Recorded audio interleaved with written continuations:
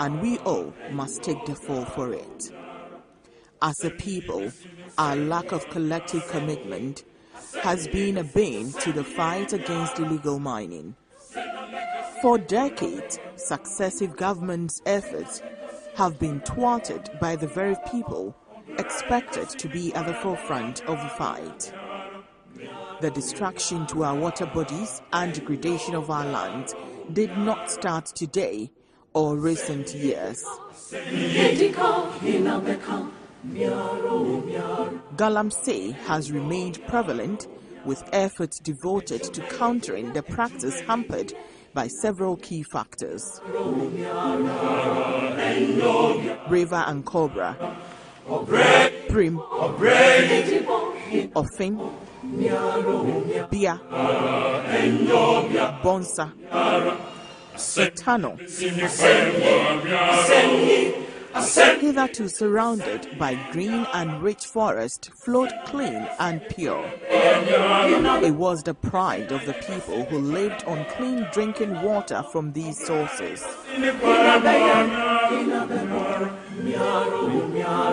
All the crops, water bodies and precious minerals in our land stayed peacefully together in a delicate balance. But today, the collective pride and dignity can no more be boasted of.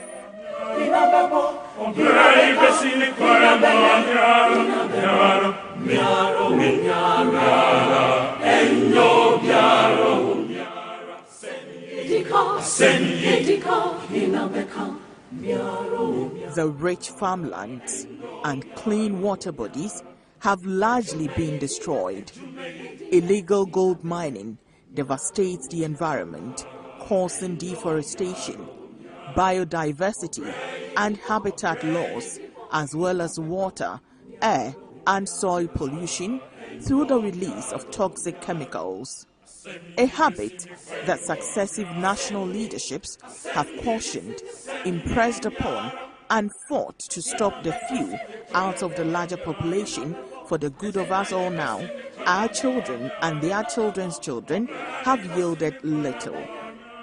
For decades, a section of us have continuously participated in the degradation of the land we all depend on and will depend on for a lifetime. The ongoing prevalence of galamsey could threaten Ghana's agricultural production, increase the risk of social unrest, and heighten the potential for ethnic tensions between the influx of Chinese workers into Ghana and the local populace. We may sit in our homes thinking this does not affect us, our family, or immediate environment.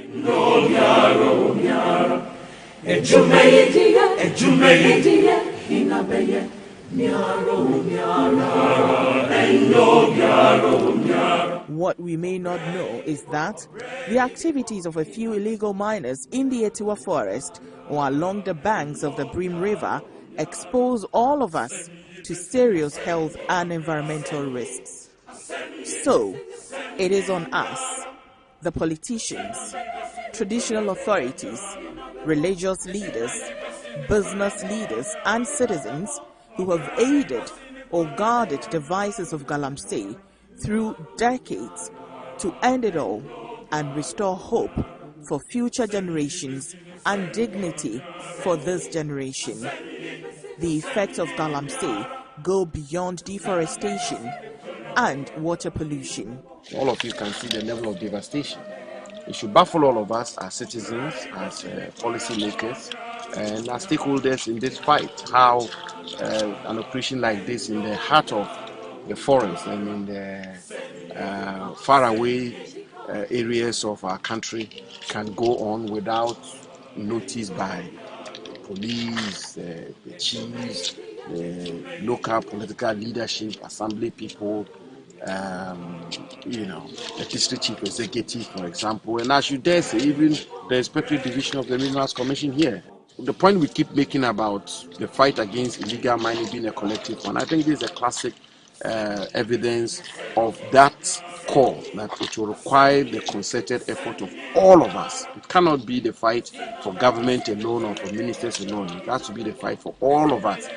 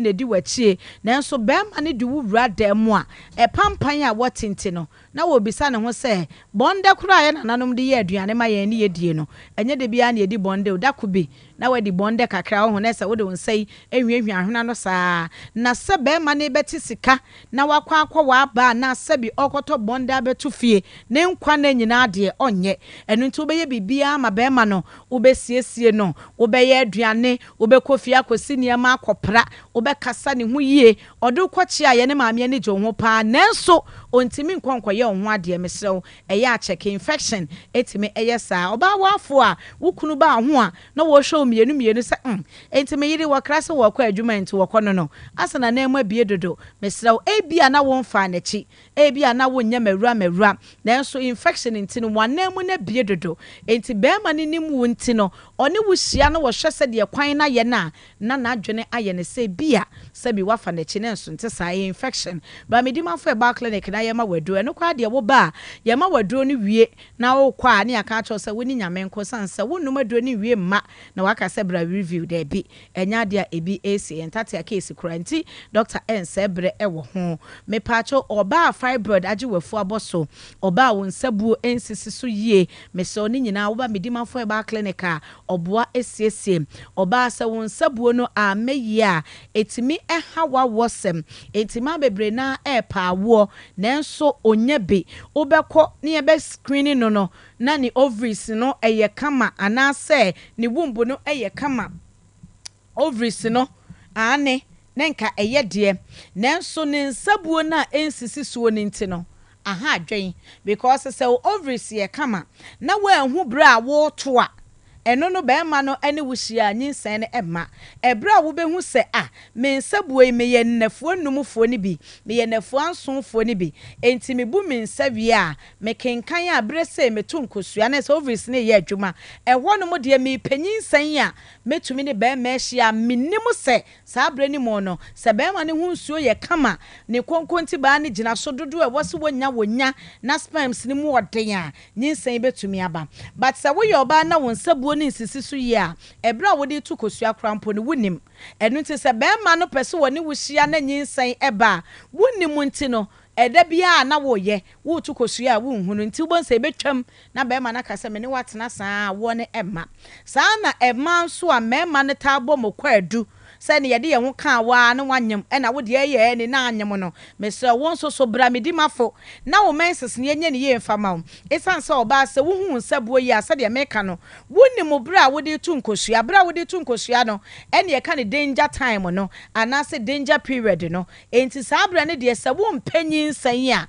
bema ne pese oba ho kura wonim kwan a obefa so a obema nani agye a sebi onfa ne hunsuo ne nkosua wo nkosua ema nyinsen ema enti obetumi ne bema natena somdwe mu bedi agro ne bibia mo beyo nanso awo no ebeye tese de mo peno na enti wonya wo ene yede wo ho ka wa ne wanyem yede wo ka wa ne wanyem ono so nga enya na dwen se wo ja wudie enti bra medima fo eba clinic na wo menses ne nhehye ne ye kama emfa ema wo bema wo so sebi ade no esua no eya na eno ekum nsunsum bema de enki ehu wei wo sode na wo ba ade ne roma ye hu se ampa akono nanso wo die ya na atwe fia te se dwie mpaboa no na edwie na ne size yesen na ne mpaboa enu nti doctor say sa wo die ni swa oba ne tabu anim tia ne die ni a bra na enei wode 5 minutes ye ne bibribi popropo kakraka hotel de amawo enu nti mesro kọ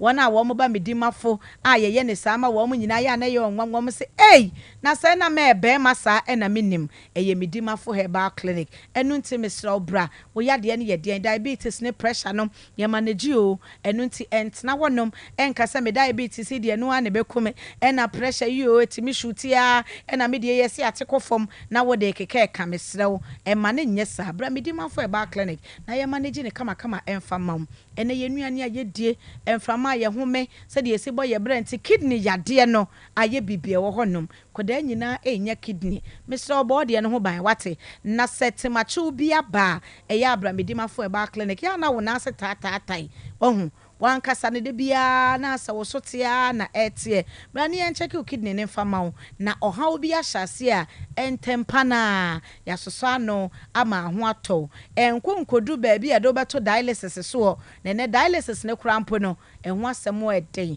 enho senka no eye bibia wo honom enti misraw bra medima fo eba clinic na nyina no yenhwe emfama wo obi afate liver ewo so ulcer ene wo so wo de no eye wudidi twa ne mu ena ewo ena se ewo bo ano enti wudidi na wo bo hyehyew wudidi na to wudidi twa ne mu a na eye wo yayaya ne nyina eye medima fo ulcer ede amawo ene enti tutu meka ne bram se wudi hye bi wa ama no ne na wo pese medima fo hye na afa number no me pa cho ye no ne ye nton na bonten ne mom se doctor na wode hye di nkomo ana ochate no na ohun se de condition ne siti a obetimi ama ne yadro ne bi ene ye pa ye mpese yadro no obia be sankan mo nti no yenya ye be package ne kama e de amount the right source a e ba ne de wunim se we de efemidi mafankasa so ye enotify numbers no e 0244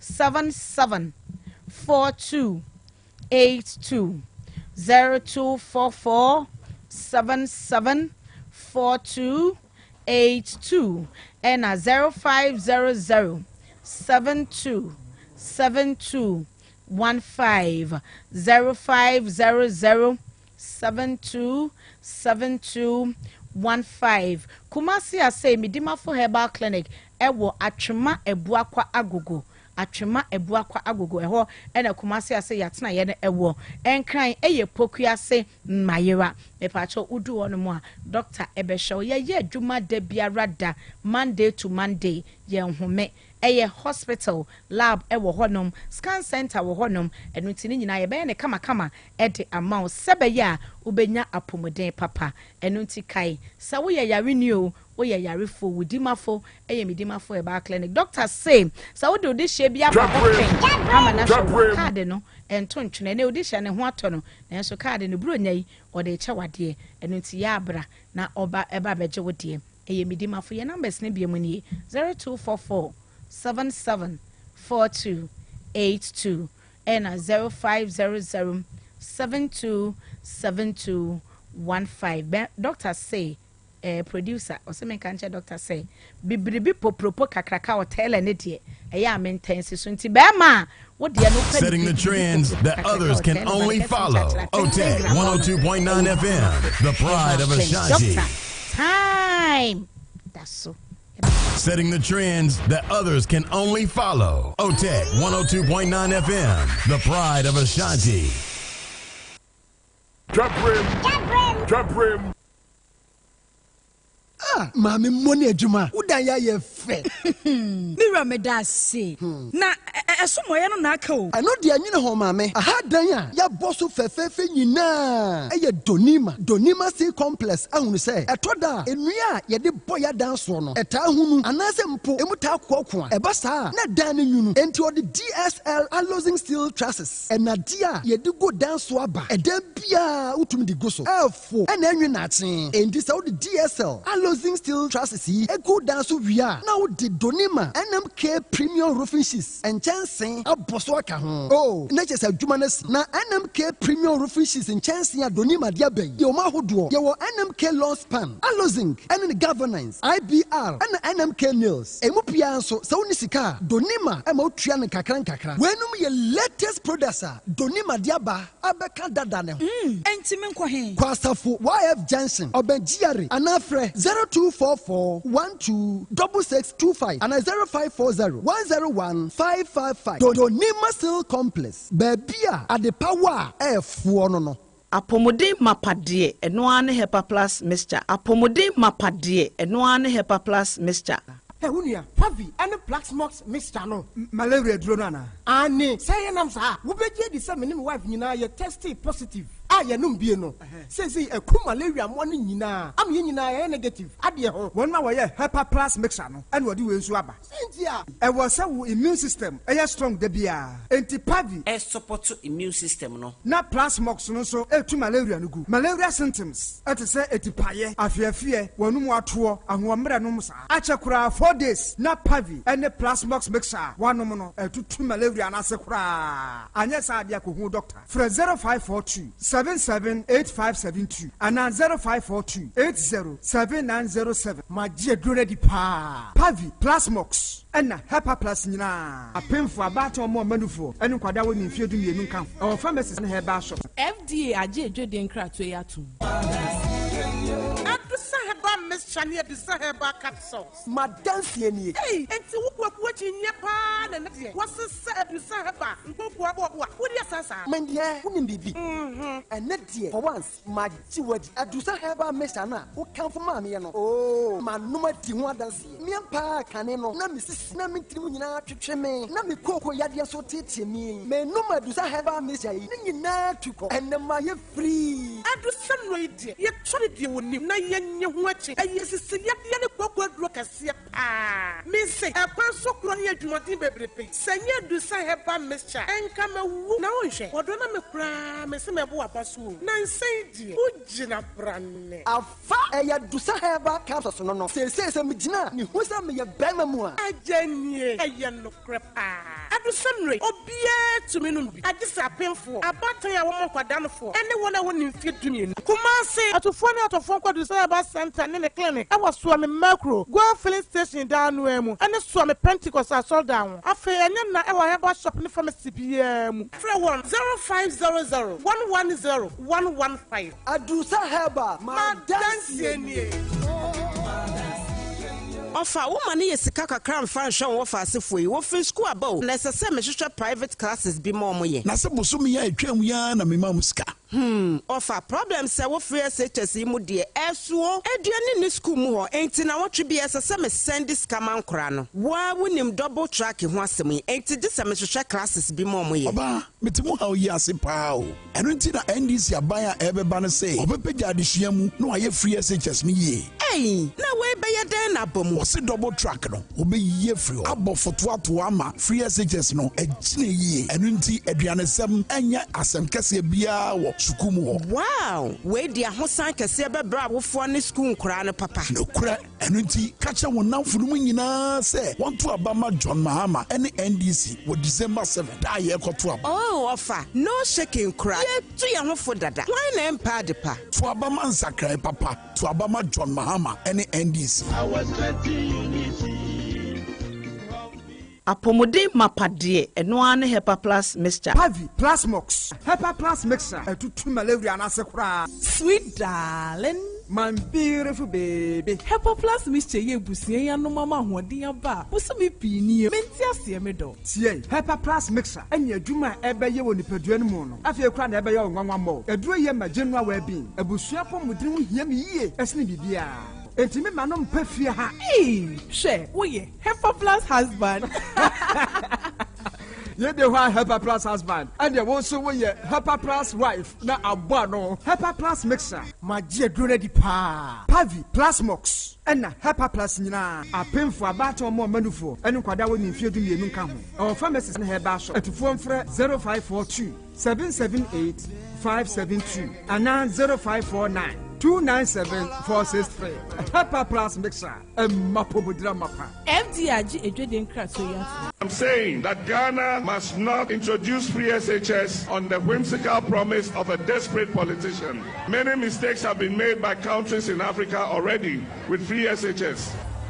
Akufado, minya udeni, uye bwe. Baumia, minya udeni, uye bwe. Hey, Mami Jemfwa, ne dena ma wani aji area we say. Minia, se me kaya dia free SHS, ayama me ne me ma wo hu. Na me hu ne minya mpo. Esan dia na nado danko Akufado, eno Dr. Baumia ayenti. Se wo kaya bra, me kuna no hwe ye nyina e free mu no. Ane, me kai pa. Na ni daso nyina sa. Se me de me mami ensa nyina be ko school. Ekosi se na nado danko Akufo-Addo ene Dr. Baumia edi free SHS ebaye. Sisi a mema miensa, Kofi, Esi, ene Kojo, eni na kosko akese ni bi. Minia, na wonim de ya no mo eka. Omo so omo ba omo de nsachaye bebe mo. Ebi mo so omo ba omo be twam. Ebi mo so omo ba omo be ma ofo ni bi atue school fees ni bi. Hey, omo pese omo yoma de ni bi mo. It is just a wine ntua. Na wine kwa ni free. Omo pese omo ya, ye ni bi no. Esi nchen. No mo side omo connection man. Any protocol nsem yi. Essay free SHS papa ya yemba yi koyo. Eno ti na wose eboy ahumodin bia say. Ye bebo free SHS ho ban. Na ya no ma mba mbesai ade papa. Na nado ene Dr. Baumia ede abrayen yi o.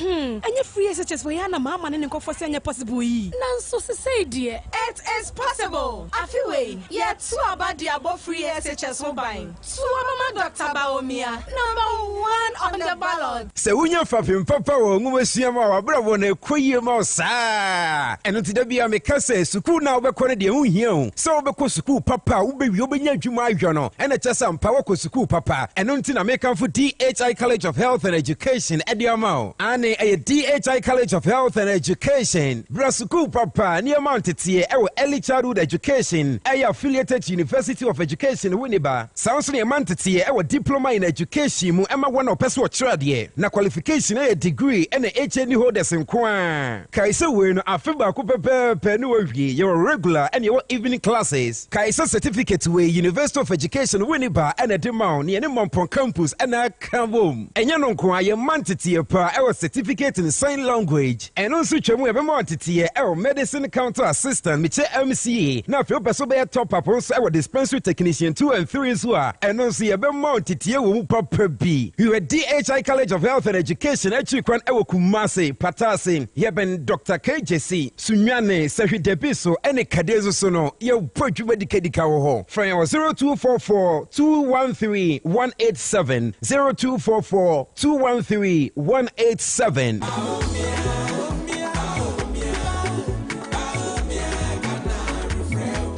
Afia won sakraya abamputam ha afia kakra atwamu kojo nyema ayesronko ankasa sesei akwan ayeye amasuku ahodo nso atumpon na enuma panso aba MPP amansa chaya ba sa pepepe SHS awuntwa hwe akwan ho sam sese adwuma ya bia foforo the migrant free don so ne hobio mekai dum so bra ne yati esum na pii no MPP ayepi abiama da pia da hi ade atumpon no faase adwa wanya free SHS mu faso ama sesei wo school pon na eno ne akandifo ayehia opia ode na dwene sisu se obema aniam ayeyie ama obia MPP adane de se elsachaya kasa betimi aba wo December 7th no mumaya to aba mfama sa enkoso payi enkoso mumaya to aba ma number 1 wa bato nkrata no so to aba ma MPP magana eniye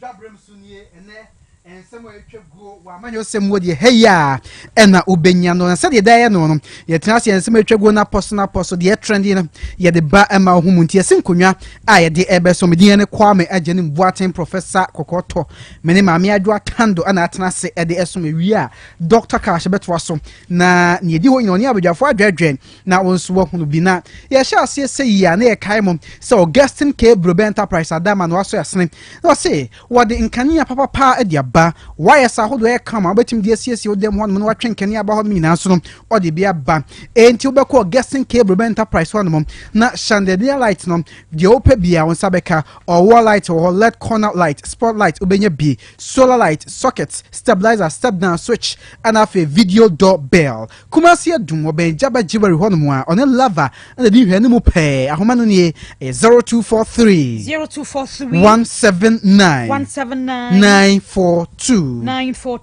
election warehouse ni afi OTEC di afa boyebo se abato no nkomo nyina Ghana fana ne mfafre mantwe ambe ya ebe wura na abato no sunsanso nyina ya tase e di abesom du sei so a na se common so enti ebo amane se a election warehouse na ebra ya di election nkomo ebre muin wa pese so ya sene na ya di nsem nyina ba brada ni entena afensia ne so say about 100 so free December 7 na ya sha ase kura abusuya enchi wa fidie ne ntu ba bia bonwden se obeto OTEC FM heya na ba bia omanfo to aba no kro te omububo de na ekoso nyina abusuya ye di aba besom di ye kan se di echi na OTEC FM abatwe ye de munsem nyina ebeba besom na ye kan se ni Facebook ni TikTok Instagram YouTube Twitter ye dem live OTEC 102.9 FM so info ina hodo bi on bia ye de bronti follow yen subscribe na di echi se ye be ya de sin konwa ense de balonsa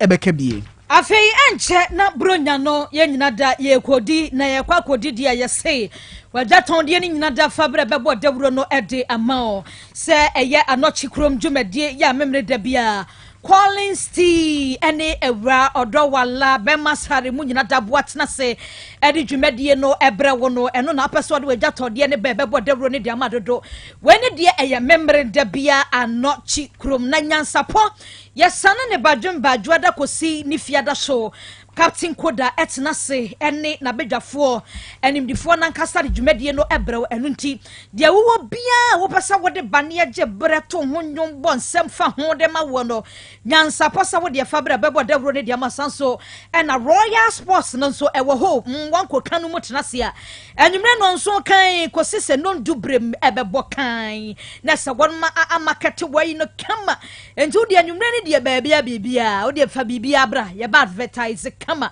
shane so se we ya ye promo sa no ebo no wo ba kakra bi ne ebeje wo sanso na kwasia da bia no Total Sports no so kwaso anopa no nkro wo de ba je bebo adwaton de ne ho dawura mankrofo adudwa bronya no nche na ba weda no se de aye no aba ne sa enti fabra na nya marketing ne ma na sika emra ene marketing director na marketing manager enkasa na won fa prizes no ento wanimu kakra bi no obeje wo na homa no eye 0247 995 160 0247 995 160 Ebusiani ye kai mo se enseme ade bramu ko OTECFMGhana.com wa so krojin atase aguan ma kwa mu nkyeremu ahodo nyina obenya bie na wa kenkan OTECFMGhana.com na ye sha se a Dr. say oduchum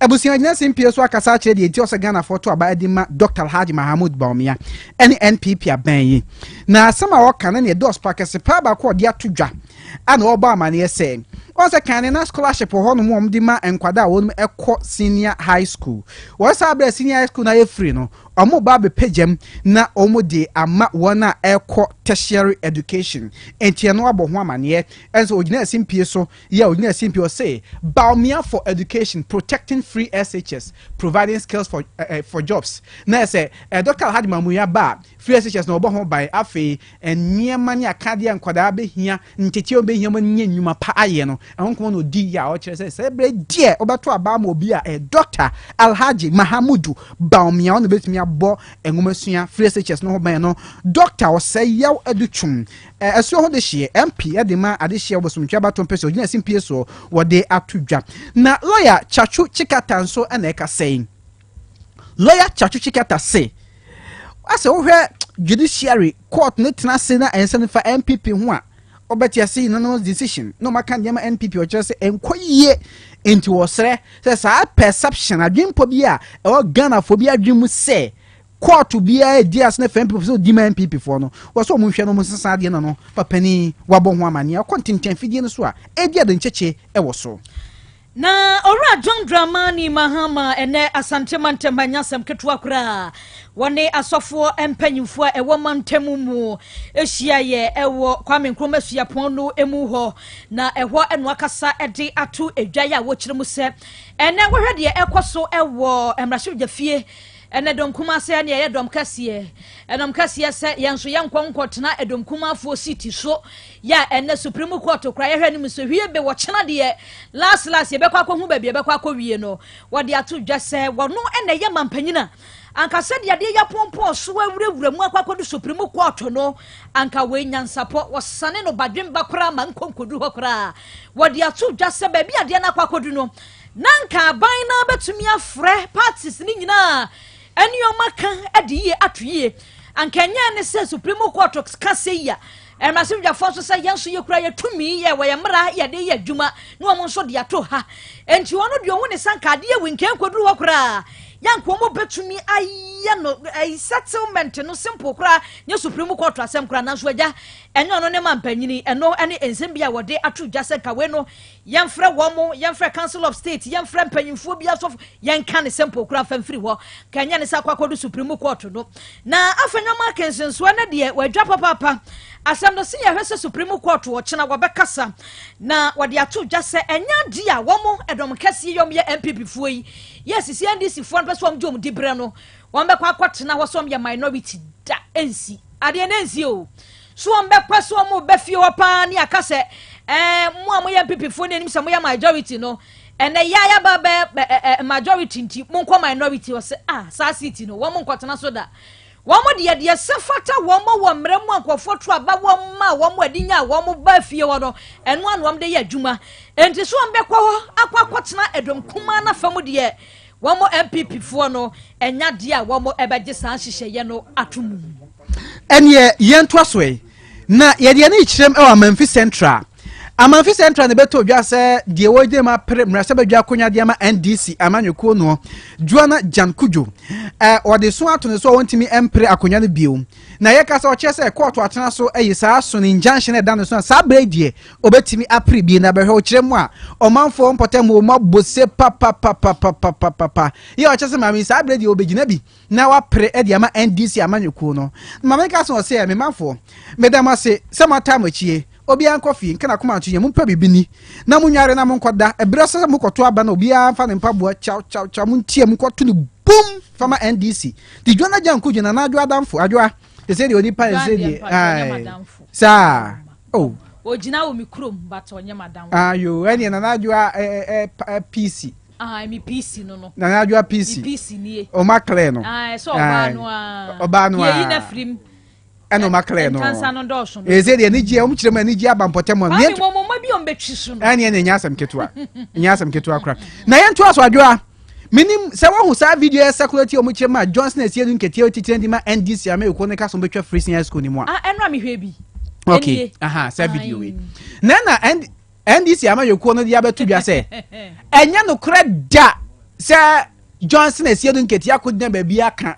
se NDC bo metwa free senior school ni mo but you are the tennis se kwame adwa mami nchiro mu eni na da se ne ono a so ati ase but we have video no a o makotwetwa si so na se enye se wakan direct se omba betwa free senior school ni mo na bo obi kwa se bi okokan wa ha no akoyi no de be che no akikezi edi na esi ni na age ta omze esi edu nketia be kai so what you say na video we no me video me hu ba me share ba akokra because I know say a total disinformation Profonsa shishe ko je say ebinim na akotra ba bi twitwa de sisi ani na omo ka say e si nketia na aka sa asem direct obra onye dey onkan enti o rest ye nketia kra na de atodwa say sa asem no e doctored enukra bi anim na yentua nyan before utimu nsanchiro for bi so omo share on say your fact check so information bi na etesa before be share no also fact checking o fact check na no kran san wa share aye ni ma mutifiens na bi a we na koye politics ntino o share funso bi ani ho ni ade o video bi so akọ share na guni penma se kokoto a mo a mo share no trace na court hu a mo betumi akọ dem na say court betumi atwema so what you say and before be share video bi don hunu say eye no kre ansa na be share wa share and we a total information disorder na say enya no kre according to NDC we see no kre na na mo person de gu Johnson dey say nketia ni masie no wa bo ho amani OTECFMGhana.com so na yet waso Dr. Haji Mahmoud Bawumia enu ada de tafo na enye asem ketua kura entu abo no wagusu a ya wabo ehwo no de kwato dwa wo kiremu ese dialysis no womu a kidney hu nsensam no ya toda womu ko hospital no a na mu nsam na kwakoye bebredi ama won menche no be piloting womu nye 60 years and above na 18 years below womu hwesa ade no yasan pejam se ye ni free dia ma won be ye beboa ene na ye health insurance no yempa ba bi fa womu nkwohye ya yebetumi ahwesafo ni nyina ya ebeye free asamode and say and right as possible man what the tuja ya wochiremu starting December 1 dialysis no free no ebehase ukra health insurance de ne obia coverage no ebekavao eno mo na Dr. Dacosta Abwaje ya wo CEO Emma National Health Insurance Authority Act no de atuja echiremu wo mo ya pilot ni wie ye no na se bibia nsi wo mo kwan se wo beye bidia boasafoi na health insurance no ababeshem na yatumi ahwebonum na Speaker of Parliament Juan Jan Kujoi Amenfi Central Assembly ya kan kwame na ni seat ne kan seat 9 ya say vacant o say omo beba mra hwe fi so mo ma o na Juan ka ho nipa no ne pre no Peter Akwachiaka say wono na na ogina ma NDC ana Juan ko tu no ana Juan ko independent no ko independence no ti ono no ntisisi Amenfi Central ye de ka ho vacant inke yedin be shem kwachia ka ko independent nti na eno na ba beto dwase ochina eja abu ade ebehu last Supreme Court the Supreme Court better so bua sem so bua so mu ko vacant ana so mu ko vacant ye hu ne ten ochina de last ebehu ba bia de ne be kwa akosi yo I mean me na ya de bi edwura me berema osai hwede berema ai ene ebo mi mu on say la enche bia wato car e dia koma military barracks e wadra I see 170,000 Ghana cedis also bambody on what ase enti no mfanya adwuma na se se de odi aba foforo ye no police station fefe bia na o see police station ma wo mo no ai wakwa akora bi nya abaye bi wonya kwan ko school ko ye law so na ohina kwa support akra with 6,000 Ghana cedis ni 60 million drag ni berima o say hwede ahom si akra we adwama senior high school no wie no twa pa enti KNUST for fan man ko pursue law course no akwe degree na wie na okọ makola onko ton ade okosua law aha na wie na se nyema yedin kakra na dwa hen berima o say hwede adama na wose nye we nku a ota no chi akọ so be wie school nti we ye de ode sha ase bra no aha abaya na busia foni na liaison officer e de medjura hene on se ba woni na nanu mewuzungwa o liaison officer Alhaji Abdul Kadir na this kan call ya why presentation ya mabusia fo no nti edjura hene de obo ne se mpuntu ne tachire nti emo hene ba so woni ne council na wo edjura na omu bua na pa ne hemanti no edjura hene be mo se hwe de na no ase edjuma wakwa akoye no eno no na okay me birthday bi wa hanka me to aso ba ku enwie e wa hase happy birthday we ekọ ede ama bright Dominic Dankwa Kwame ena ye fro menua be market wa eno no enti Kwame be bia wo bia no memo awodapa awodai emu eniama papa pa ni nyina no yesre Awurade se wonfa enomu de wo bo ho mpa ye bia no afe sese na Awurade aje ede ama o eno nti Bright Dominic Dankwa baby biada wo no family ni nyina yesi yama happy birthday Awurade emwa no ani suade hu nyina no emremti Bright happy birthday to you, we love you so much ene na awodamu nchie nso enko emfa emma krobia asantewa the graft efre opapa ho ono ana presiding member elbosme fre ho abato mpesu ya so ono ana bosme fre ho district assembly ho no mo honorable the graft enti no ababo aso no sesu kon ma so no krobia asantewa the graft opapa so my happy special birthday, God bless you on your day ti nyankopon onhira pa ba ko eka ho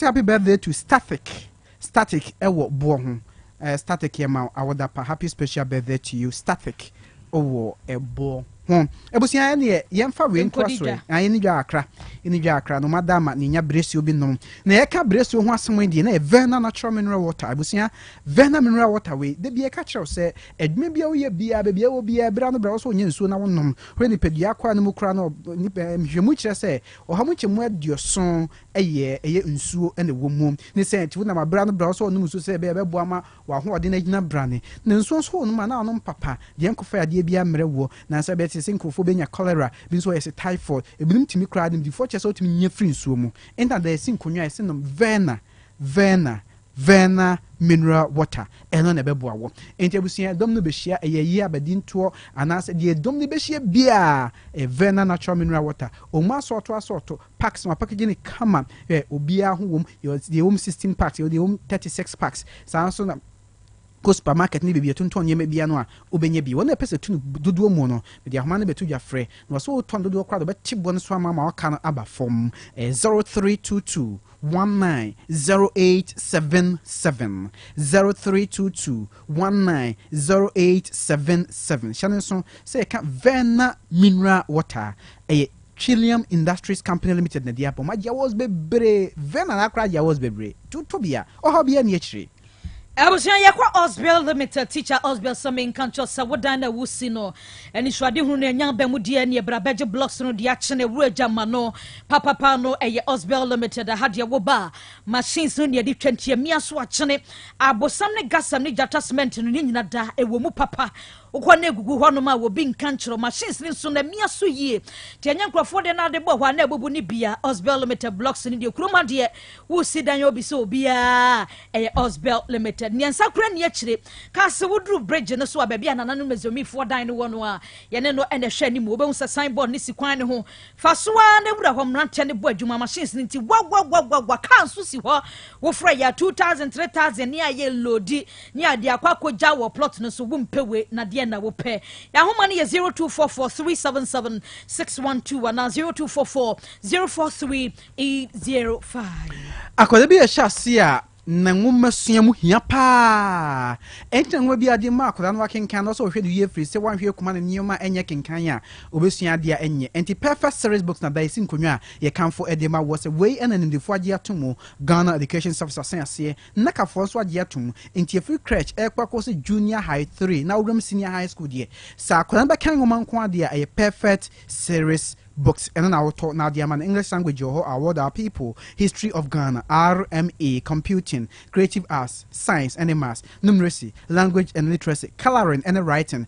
a perfect series books and a kama one day we just no see a candy papa a perfect series books what say GHS 1 JHS 2 netra wasiese English language bi dia ma dia ba social studies and RME unya besua de ne bebo pa ne de do na ka ho nyina na mu eskuan paso mu siese mock exams terminal exams and midterm exams de ma mo perfect series exam lesson san obekokra na sa to exams we won chira kwa kuma se aputu ja obe lorry station ma enkran so dance man first stop ahomanie free your worst future is secured here number 0243 299 938 0243 299 938 and 0540 755 465 Yellow Biz no ekoso edi ama company sa hodo nyina we MTN ye data bundle service for kwa ye diaba eboa ama businesses ahodo no communication no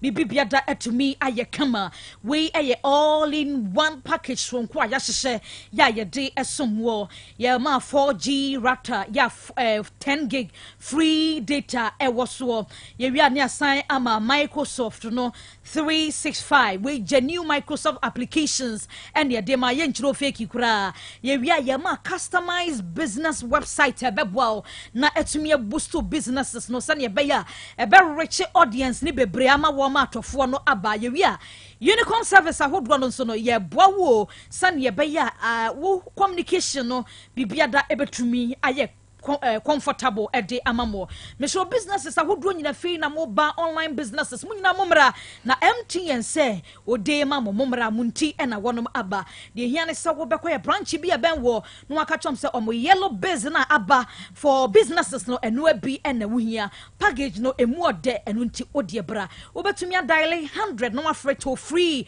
ana free e wo 0244 308 111 0244 308 111 Abusia for one be pese mama wa me app etu de ene entan ye so sisi aba pamo ene ye kan fama wo hwe bronye se waka se ukodwuma kodi dwa traffic bi abetum no wani be bere wo ho afekire wo ho na kromfo itu botom hwe kromfo no prebag no baka so na di man free fie se fabre dwom ho no wa yire o dan kanan wa hwe so bosum aba pamo se tena fie no no nya brew sa ha we nyina to otwa ade bi apa bi anso aba pamo de ye papa na ne bon e wo fom ana ebre wo e ya aba pamo Store.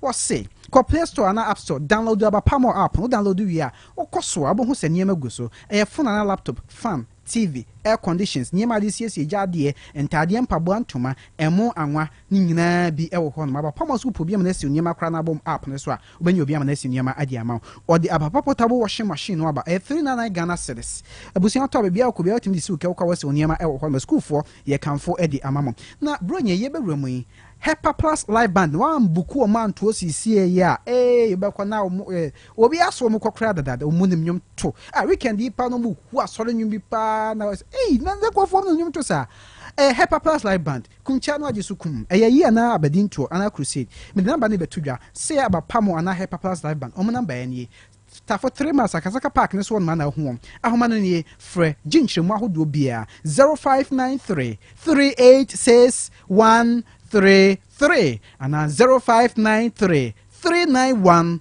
848. Medima for Herbal Clinic, Dr. Time Daso was say a brano or the battle yadian swassa, ama wo ho atumi ato. Medima for Sababia will be at the 2 can bra. No one for time and to a yadiano eso. Natam no de to swan or the Toshua empa ho, or Besha Wama want to one penny pa.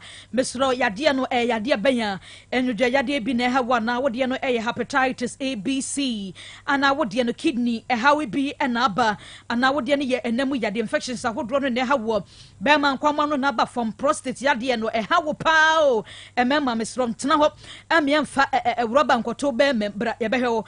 I walk rad ya woba medima for a yemu enketwa kra. No be a debut kwa juma shunu about in cousin Honam baby and ya. A toda crown or dan was ready as since a diabrono. When you na yan tatia casey, ewo home. Pressure ya that no emra fono sam a pressure boom, pressure ba, and ya wabekansa. Miss Romon Fanimra, why wabrewa, a woman me wo papa, wabeshe ede ama, quacranu yina, monfa one emra, henia yadia no, one ya fruno. Eke kan se ya na fro na banesro stomach ulcer na nia den papa agi edre ho den e be dro so de eye papa ba bia benya papa no no ne asam eno nti ne kan for Dr. Time da so ede ama menstrual disorder se ma fibroid ho nsam ni nyina da momfa emra diabetes nyina da wo hwebu akwagogo ene wo e homa no eye 0244 774 282 and 0500 727215 and 0245 616336 and 0500 727215 wo frey mu biada ebejoso Latus Enterprise ni asma Latus Enterprise kan etia ade ye wo wiase paade se ukreska de koto ade na onya papa nto anampo hunu bebi akwa akoto no sa wo contractor na wo si ofie na ope eniema hodo bebo ma ofie hwa ye fe na nkrofo bi akobuwo ye ne ya contractor for Rebecca some discounts now we need Latus Enterprise abebe isa how in every one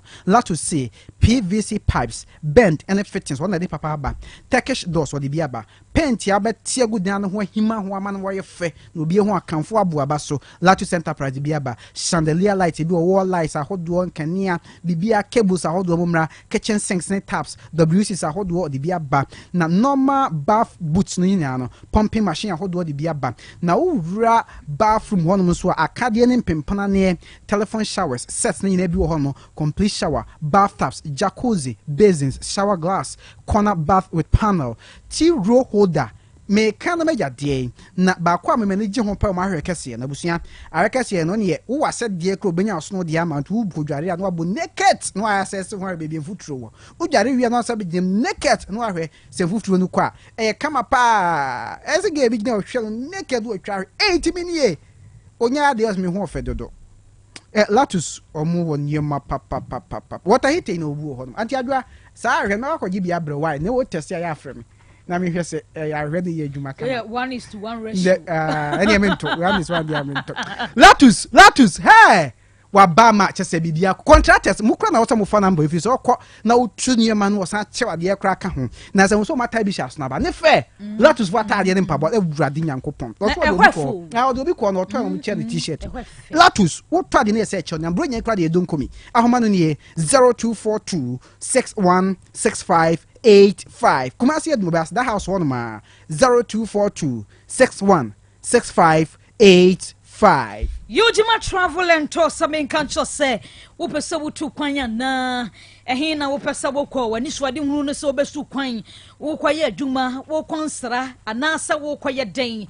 Woba Ujimata, Yanya Bebwao, Ghana Tourism Award 2024, Yanya Wini, Best Travel Agency of the Year, Ashanti Region, and Unti, Wubeto Quine, dear Cromha, dear Catcher will be some man could checha baby, Kofobedu Sikasa, a Phobia original one, no, Sika would be processed, so documents are your papers in Nakranashe, and Untin and the Yahuno, Yadi Wadansia, Sabro Bra, and Tantantantantum, not yen to me and well, Wopasa will quote you as a bruchimem. Say a work permit no visa hun someone na and I say 5 years no na person quote na multiple visa quote na United States Mr. UG Mart and ye can for Eddie Mao would you no person quote na UK na Canada na Australia na na person wo call the yansa wo bebo priye na woni ye mpanyu for Eddie enkomo na UK ne kra de won san wadwuma dia and ye na gwato adi working visa no ye beji bi Eddie amao German abrochi men na person woko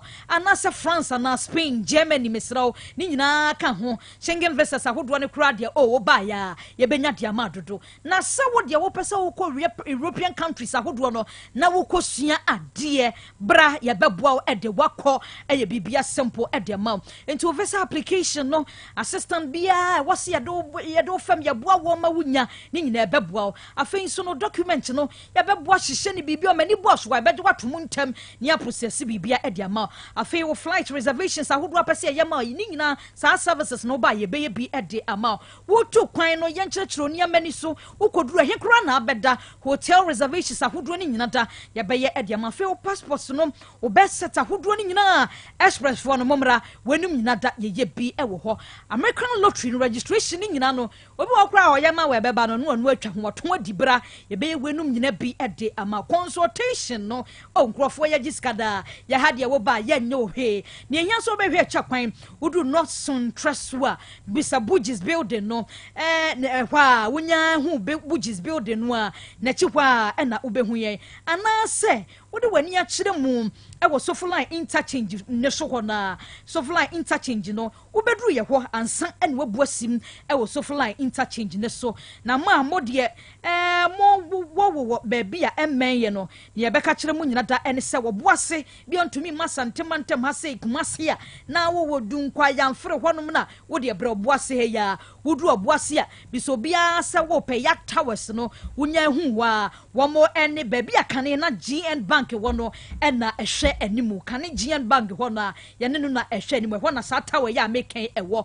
yamfre wo mo na akwantuo ni nyina da yem process enya bibia da emfa ema wo WhatsApp ya homa yin so won sa bekan 0553 944 608 0553 944 608 and 0552 098298. I sabi the Jafon wa Haname source of menchia Dr. Liriza Hanabisil. Hey. NDC National Women Organizer, right? Yes. Dr. Liriza Hanabisil or boy Juma Papa campaign. Gar and doctor baby I will be Memphis Central now me quite no about her. Oh yes, oh yeah, Juma. It's the ancient baby Obia or Tienka Yamishrano. Drop rim.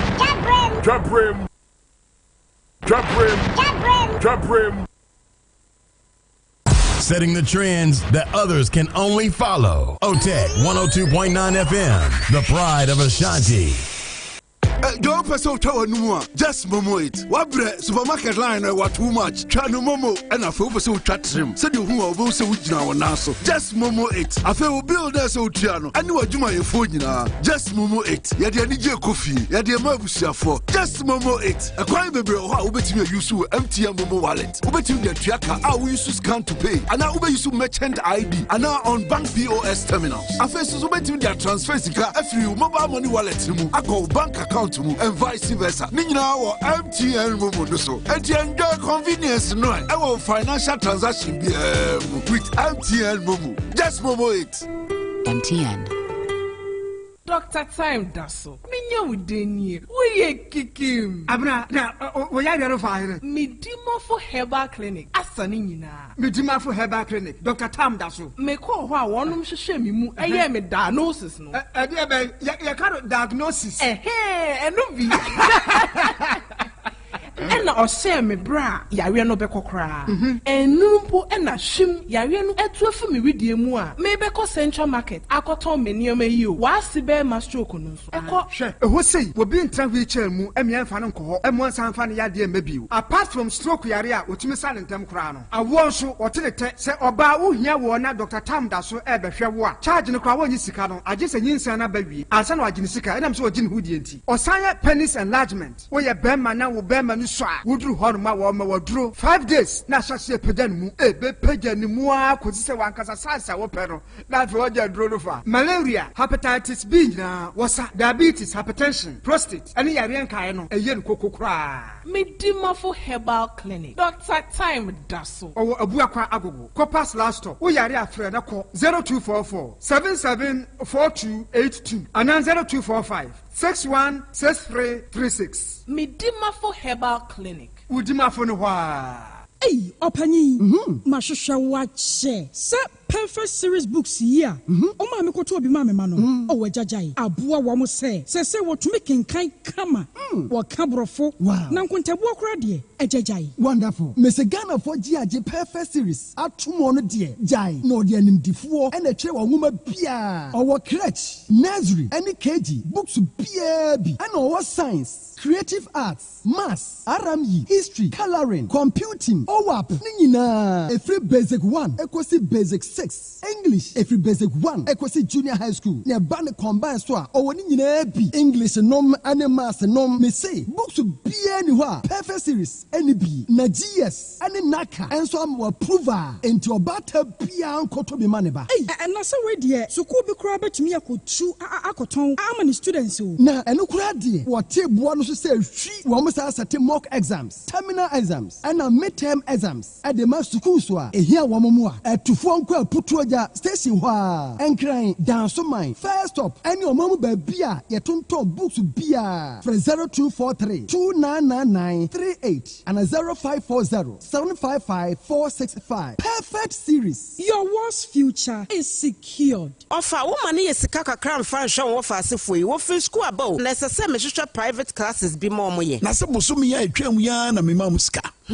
offer problem say wo free SHS mu de esuo aduane ni school mu ho enti na wo twe bi sese me send scam ankora no wa wonim double track ho asem yi enti de se me hwehwe classes bi mo ye oba metimu ha oyi ase pa o eno enti na NDC abaya ebeba no say obepagya adehua mu na waye free SHS ni ye na we be ye den na bom wo se double track no obeyiye free abo foto ato ama free SHS no agine ye eno enti aduane sem enya asem kese bia wo suku mu ho wow we dia ho san kese be bra wofo ne school nkora no papa no kura eno enti kacha wonam funu mu nyina se want to abama John Mahama ene NDC wo December 7 da ye koto aba offer no shaking cry ye tu ye ho fo dada why na empa de pa to abama nsakrai papa to abama John Mahama ene NDC our strength unity.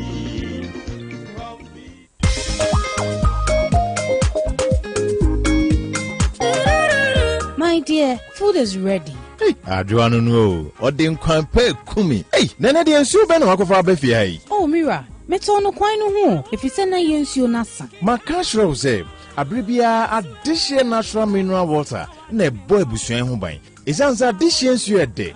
Pampan bia nim. Ensu krojia finin kikanwa biara nim. Addition su gumu ahodo. Bottle mu de wo ho. The Gukap ma yede sum ya wo ho ankola ekun wo fi ha de bi ebi wo ho nice dispensers are officer ahodo no eyusu na afi sachet mu de a obi biara betumi atobi na sa wo kura wonim bebi omo wo ane enya ahoju station ya wo mo ben oasis of love asori dan oboase hanso additional natural mineral water abebie won krabata no bi ewo bidie so store number 60 a ben shell filling station St Jude Hospital kwan so ho na ena fein so ye wo bidie so opposite Clay Sports Stadium I ben Church of Christ asori dan no se wudru nyame so a ye ni Winners Chapel asori no na hwe animu obetimi afre yen number C 0243 011 76 060 anase 0243 942 314 and afi 0246 452216. Kumasu phone ko edum ye number no eye 03220 192247. Afi wudru enkran so a obetimi afreyen ewo 0273 024 979. Ene ka ho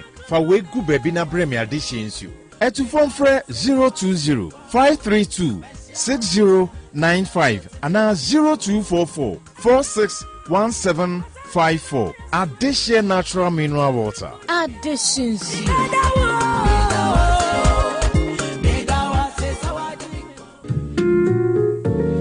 Opese ukwa brochire kwa yedwuma ana ukosua de emfoni nkyere baabia esanse Yojima Travel and Consult abama se wo bebo wa mo akwantuo ho nhyehyɛ ye bɛyɛ fofofo. Yojima Travel and Consult ma akwantuo yɛ simple kra esanse wo kanyumaku akukudamwe wo mayi mu adi amanfo tu kwan no ho. Oh enanu ya Ghana Tourism Authority abo na yabaso se 2024 best traveling agency in Ashanti region enna wo modern bonti. Yojima Travel and Consult Edin Kwada wo bo homodin power adisuam nansu sikasemunti watifie toto no akọ Canada brichmemu a wo koto wa adisua so enti se wo pese wo kọ Canada UK USA ana Asian country bia so no Yojima Travel and Consult beyen krata asem nyina ma say ye visa passport birth cert hotel any flight reservation obeyen nyina kama ma bra Yojima Travel and Consult eneya na yemfiri wa kwantuo krata asem no ho hyehyɛ ma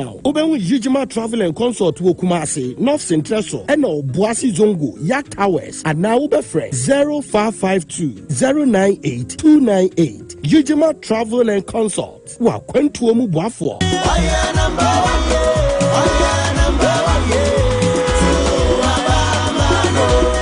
Ghana for Medindi Dr. Ima, if we bra MPP bar bam, Wetimia Tretre Yapumudin Sheshe, any one sensem Ediama Ghana for or PPP num, which say, we see Ayar Sabia Bibri in Kras, ambulance a hodro, zip line abe for Kwanya or Fasuchi Chinru, I'm a doctor for Why ha. I'm poor Dr. Ima, ye frame Jane, ye nursing, and ye no kwa, ye den pipi abayasi, or map Mudia Jumai and a hiasin. I feel beer was sharp Mudia Jumanukina, Sika or do bomb brain. When you are 20%. I bear for Fidia dear Juman so ye nadia one any. What it say a nurse for be breed. Near Yemen, your crowns when they say, or sans with the Sikau, the man nurse for awarding to Tianua Fama woman. I are resabe a crab bishi. MPP 2024 manifesto no Asha Bosse, Yapomo de one Shishan and Samano or Beshi Mukina. Afe so will be re abe for Kwanya or Faso Edidi Juma a ye health project no more. Was also AC Agenda 111. Ayar Sabia ewo maimunina a ebeboa edi enyuma empemo dioson aba ama adoctor for nurse for any apomudin adwuma yefo into waitress say a nurse for awonye adwuma nyenu na benya adwuma ya na sa pepepe wo benya adwuma ye no wasanya ahoto ewo adwuma nu Ghana for momayam boy apomudin hyehyɛ ho ban to waba no ma Dr. Baomia to ma number 1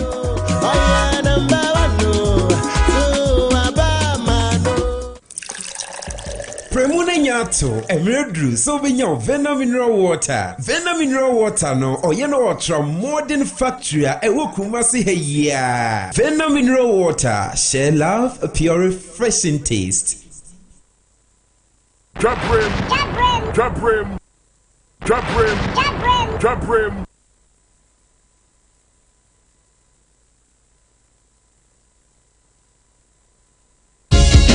The country where I come from.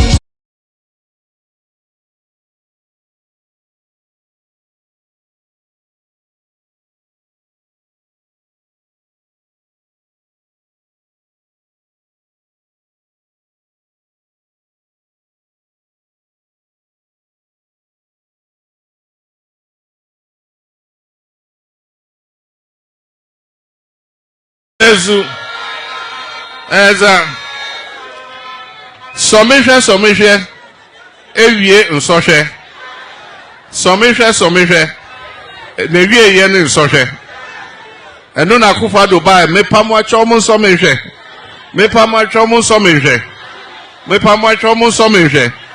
eno ne ye nsɔhwɛ ene ezu na onye ɔse ɔfa ho ɛno na ɔkɔ takrade na ano wɔde ne statue akosi hɔ ɔno akɔpa ho ntoma wate bi da ezu ɛwɔ sɛ ɔmanpanyin bia wonya ahobraseɛ nipa na ɛwɔ sɛ ɔmobɔ waba so na ɔmo kamfo ɛnyɛ wankasa na wakɔyɛ wo statue na ɔde abɛsi hɔ na wankasa wakɔ mombɔ nsɛm ma me na wakɔpa ho ntoma wate bi da ezu na wakɔ university biara yɛma wo doctor abra a woda so yɛ ɔmanpanyin o anka wode awie na kɔ na ɔmka sɛ o yɛhwɛ wɔ adwuma a woyɛ adeɛ sei enti yɛpɛ sɛ woba na ɛbɔ waba so na ɛma wo honorary doctorate university ɛwɔ Ghana ha nyinaa wɔkyi mɔ mo nsa ma ɔma ma no doctor no nso menim baabi ɔrezu ɛza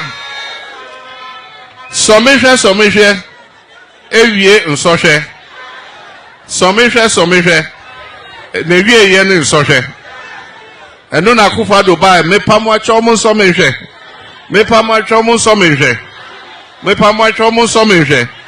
ɛno ne yɛ nsɔhwɛ ɛnɛ ezu na ɔne ɔse ɔfa ho ɛno na ɔkɔ takrade na ano wɔde ne statue akosi hɔ ɔno akɔpa ho ntoma wate bi da ezu ɛwɔ sɛ ɔmanpanyin bia wonya ahobraseɛ nipa na ɛwɔ sɛ ɔmobɔ waba so na ɔmo kamfo ɛnyɛ wankasa na wakɔyɛ wo statue na ɔde abɛsi hɔ na wankasa wakɔ mombɔ nsɛm ma me na wakɔpa ho ntoma wate bi da ezu na wakɔ university biara yɛma wo doctor abra a woda so yɛ ɔmanpanyin o anka wode awie na kɔ na ɔmka sɛ o yɛhwɛ wɔ adwuma a woyɛ adeɛ sei enti yɛpɛ sɛ woba na ɛbɔ waba so na ɛma wo honorary doctorate university ɛwɔ Ghana ha nyinaa wɔkyi mɔ mo nsa ma ɔma ma no doctor no nso menim baabi ɔde kɔ ezu ɛza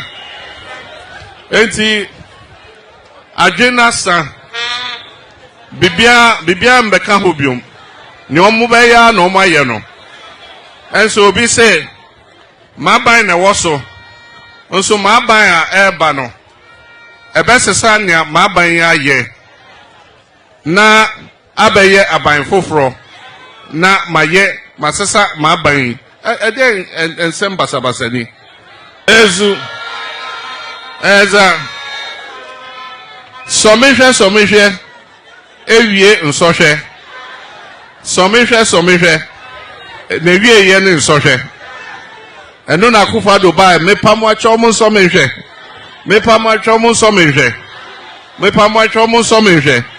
ɛno ne yɛ nsɔhwɛ ɛnɛ ezu na ɔne ɔse ɔfa ho ɛno na ɔkɔ takrade na ano wɔde ne statue akosi hɔ ɔno akɔpa ho ntoma wate bi da ezu ɛwɔ sɛ ɔmanpanyin bia wonya ahobraseɛ nipa na ɛwɔ sɛ ɔmobɔ waba so na ɔmo kamfo ɛnyɛ wankasa na wakɔyɛ wo statue na ɔde abɛsi hɔ na wankasa wakɔ mombɔ nsɛm ma me na wakɔpa ho ntoma wate bi da Prophecy number 6. I saw a woman leading the world. And this woman I'm seeing her in America. I saw Harris in her name. Let's pray for her. Prophecy number 6. I saw a woman leading the world. And this woman I'm seeing her in America. I saw Harris in her name. Let's pray for her. Midi nhyehyɛ bi so ɛreba mebɛboa small scale miners ɛwɔ Ghana ha mebɛboa small scale miners ɛwɔ Ghana ha. We are going to make sure say the community mining schemes abremo to do responsible mining na ya boa mo mebɛhyehyɛ mineral na mede ɛma na ɛdwoada sɛdeɛ ɛhyɛ aseɛ no yɛbɔ awuram pepa hyɛ no so sɛ na NPP Shark Chey Brobe Tescon patron KSTU na NDC Wallace Kojua Baby Ashanti Regional Administrator na Professor Smart Sapon Senior Research Fellow IRID KSTU oba beka ye ho awia nwumre na yatumi adi Ghana ho enkomo eja Wallace mo akwa ba Yadai. Na pom to say. Yetimi humi o yetimi. Say bibia de dana kwam. Bibia ne dana kwam. Party mu so ehoboko. Party ni de ene ehoboko. Ni makoyi kama. Napo ni dana se. Napo waye modan. Oh, chief campaigner pa. Napo na ko on what grounds? Wako sirima ko kan say ubia wo ye kramuni a wo beto aba ma John Mahama a wo ye Kristo ni na ye haram. The video is there. Also ubia ba den. Wa wo ye kramuni, ye Muslim. A wo beto aba Mahama wo ye Christian no. Ubu musu e haram. Oh, but say politics. And ubia wo ye Islamni. Yes, you nim say ye religious and tribal. I mean, man, sometimes go ye good at the no so wo ye Islamni so wo beto aba ama Mahama no so e haram. Nti di o kan say wa wo ye Kristo ni a wo beto aba ma kramuni Muhammadu Bomia ono so ye den waso ye Islamni na to aba ma Kristo ni e haram. Nti wo ye Christian na to aba e ma kramuni Muhammadu Bomia e den na ba ade na me da min ka o napo e no ko jira ko ka say den say ye de a friend say Kitasi defense war ye de share budget tomorrow is it 2021 oba organize massive nyina normal demonstration against ade ono ani government. That is Napo for you.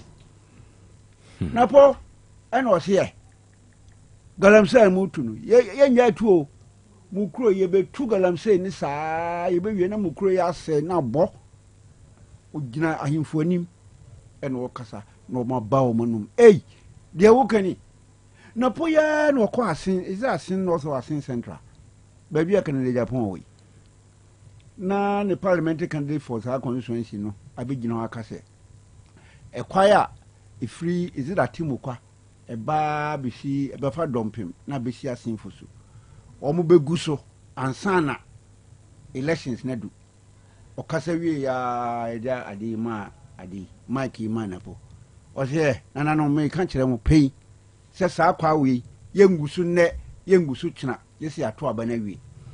Well, very good campaigner for the NDC. Were you good o? Were you good too much? Quickly, without wasting much time, the parliamentary and as a parliament impasse, the AKOTO or the House of Parliament. That's right. Supreme Court, Atia says, and Yamea Demochna, Ejebu, Obe passe a year ruling on a year the current vacant seat now AKOTO Parliament, Yamea Demochna. But then, after Nyoma can so in same year to just say he will never take the minority leader seat. Any idea? Obefa sa seat no. But then na mo amukra mo so mo pre majority no.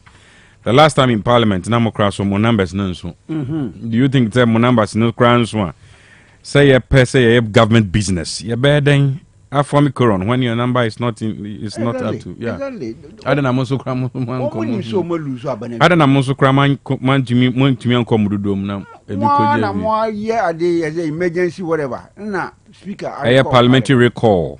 Because also postpone or adjourn parliament indefinitely. And I'm going to go through the process. Peace Council and Speaker Kokasa, Speaker Semati. And I'm going to try on recall parliament. Now there is some agent business as a government near any Huabobo or Semati. And what recall parliament? Yawada, last week. What recall parliament here? Yene majority members in parliament, majority group, ya kwakotna. Yeti hoti. Don't feel back, don't feel me nu. My minority, I feel you making in a crop farmer.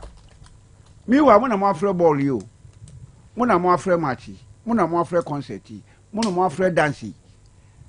Band ya bed, you know, I say, bo. Monsieur my dancing, I say. Monsieur my matching, I say. When a chino. O say jina ho kakasa say wo de sa minority seat no on transfer sa no woka because minority seat no on transfer now nim share the seat number o so kasa me the majority na na me now kasa minority seat no men transfer now nim say ya bo minority seat na to hwa ma na won transfer enipa o mo call ye nyina MP before mo call we here so no me 30 o mo say 100 say 37 no emu 147 see wom de omo dwene omo yom campaign enya poor leadership na ye di ama wo ya je free chairman sabosunsam e di ama wo no e na wakofa semaba e na ye betena ho no mo aye we bia kema. But apart from 137 muntie o 137 no 30 and yes omo ko ho 30 no omo ko ho nso a omo enko ade ho chamber ho e na omo baabi na omo ye meeting 2 hours e na man ade speaker of parliament SI postponed ade or join parliament for the second time indefinitely. But apart from that cry no nya no kwan pointi because the agenda committee also say normal project determine the business of the day. So meanwhile, members of that committee, train a bank or mama, when our baby determine say, Yako can we, Dikayako. Yakotna, more free parliament, no, some more back. Near the court just say, winnie, according to your emergency idea with the coin. Mama. What does it tell the world? It tells the world said they have lost. They know it. So Oma luzu poto. So enti ya dago. Ya bompa say 7 December November. Sakabe na otumi ni fa na otumi ensa. Ni atoaba. Na ya win overwhelmingly. Dr. Cash, video be our bontin, ma send yama who producers in common fan to Dani. Sunane Bono regional minister, Obano, Awu, Bibi. Na Martina, na Wafre. Dabi, okay, Regional minister, Bono, Ninia, member of parliament, Ignatius Bafua, Sunyane West. Exactly. Ignatius Bafua. Ninia, regional minister. And so I'm to say, Christine Petro. Oh, I'm to say, Petro new matches. Woman come back. And now, Mammy, Dr. Mohammed Bomia, a cobuno a pro. I'm said about when you win, be say, ne executives, no conditions, executives, no, my margin say, Omon patronize it, Sir Adina. Dr. Mohammed Bomia Bay no Bono region. Inti anopa hima nopa be 637 uki video na de o kano ena na original executive ni fie yard mi sa na amo makunya no omo etitifem ena ma me abu ntwere obu nkotodwe mesre mo a producers mo fa nto so no obia anhwe bi se de me kan me boa ma me abu nkotodwe na opa omo chew mesre mo de asi bia mo nya na mo manenka na ye momodin na ye mapro ye mbo party no ho dawru na ye wini na nyese me awo na mo yama me anase wi eye party no wobun kotojo e na opachew opachew identity say regional minister of the ruling party NPP in the Bono region baby agwanchi NPP 3 efiro no wobun kotojo na opachew say regional executive mbantawa monkona monko ye dwuma na mkobo adin ho dawro omo say omo ye sabe wo Bono region MPP ebenya 13% of the votes 13 according to the story net 20 mpo nti ma mi so guniyem sa well now let's move away from that because a Supreme Court within the parliamentary issues no common saying so you heard the legal basis because Chachuchi Kata Eddie Ababe Tuja say there's no legal basis for a stay of execution on yes, Speaker of Parliament Nasama Okaya no or say Chachuchi Kata said there's no legal basis there's another video say Supreme Court judgment on the stay of execution. Okay, there's a video Masendia Mamo producers Sikapa any siege nyina tinka bomodena ko de to wade na de wo ruling no maame no ekin kai ruling na you will win for Ghana What is it about? A portion of the ruling, no, I'm going to say, between now, at the time he was speaking, to 7th of January, as the 6th of January 2025, or cancer, one of the judges, there be 2024, about 2024. Now, my man said, no, 2025. Between that time or Casano, our ruling, no judgment, no so ruling, judgment, no okay. Between that time and January 2025, no. Yeah, by election be according to say almost suspended. Yeah, by election be until Sankrofona, Yaji Wamushi, every woman sem. She's not very vacant. No, almost constituency, no, almost constituency, no. The members there, the people there, no, won't get a representation in parliament. And yet, fair. They all can say, I'm a central in a no free a horn. And a Suhumni, and a Eastern region, Mamino, Morrison. And Morrison, Eastern regional. Central region. Very good. Good. And a Banka say, and a Siama. And a Suhum. Suhum, Abosuhum, and a Siama. Formina was what cross Wadino. Or say, Yentimin ye election be into Ormond Crow for no. They will be without a representation in parliament. Now it's not fair, it's not proper. May possible. Naya ko Peter Meu. Ho. Peter Meu ho. Or no so almost no cop at this court. Ibesine Assembly at the court 2021 no. Yendi or no see one of the judgment no. Or more can say Sebasi ye free parliament. Say fair or whatever now. Name crow for more hohoi ana say hohoi no. Oh yeah. Peter Meu. Yeah. Good. Or almost in crow for no or munya obia or bekasama or more parliament. They will be without representation. Let's put what the judge said for this injunction. Any Peter Meu against the question at the end of the North. Get a question, the so much as on free parliament. And was say, O Dinasem, only a same into money in Nasem, now one parliament and representing in Crawford or war as in North because he's an elected member of parliament. Judge and say, ruling, no, say, no, you not allow it. Or say, appeal is almost dismissed. Almost say, Uncle Dinasem Nunye. Naso di na odi bemwa ansa na waba parliament. Only bem, only nasem wie ne de. Ontimi en holding himself as a member of parliament for the Asin North constituency. He should stay away. Eventually, a by-election was declared for the place. And yet, two about. And also, so apart from the next year, far beyond 6 months before the election. Exactly. So, but I'm saying, say, I'm talking about the ruling, no? Say, almost say, Ontimi holding himself as a member of parliament for that constituency. Just say, Wajina Semnevi. Into almost declare, say, no, she can't stand. She can't be a member of parliament for that constituency at that time.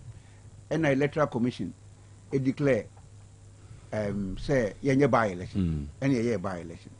Adentina, the question case in India was say you free wa, or munya representation. And so me ye free ho.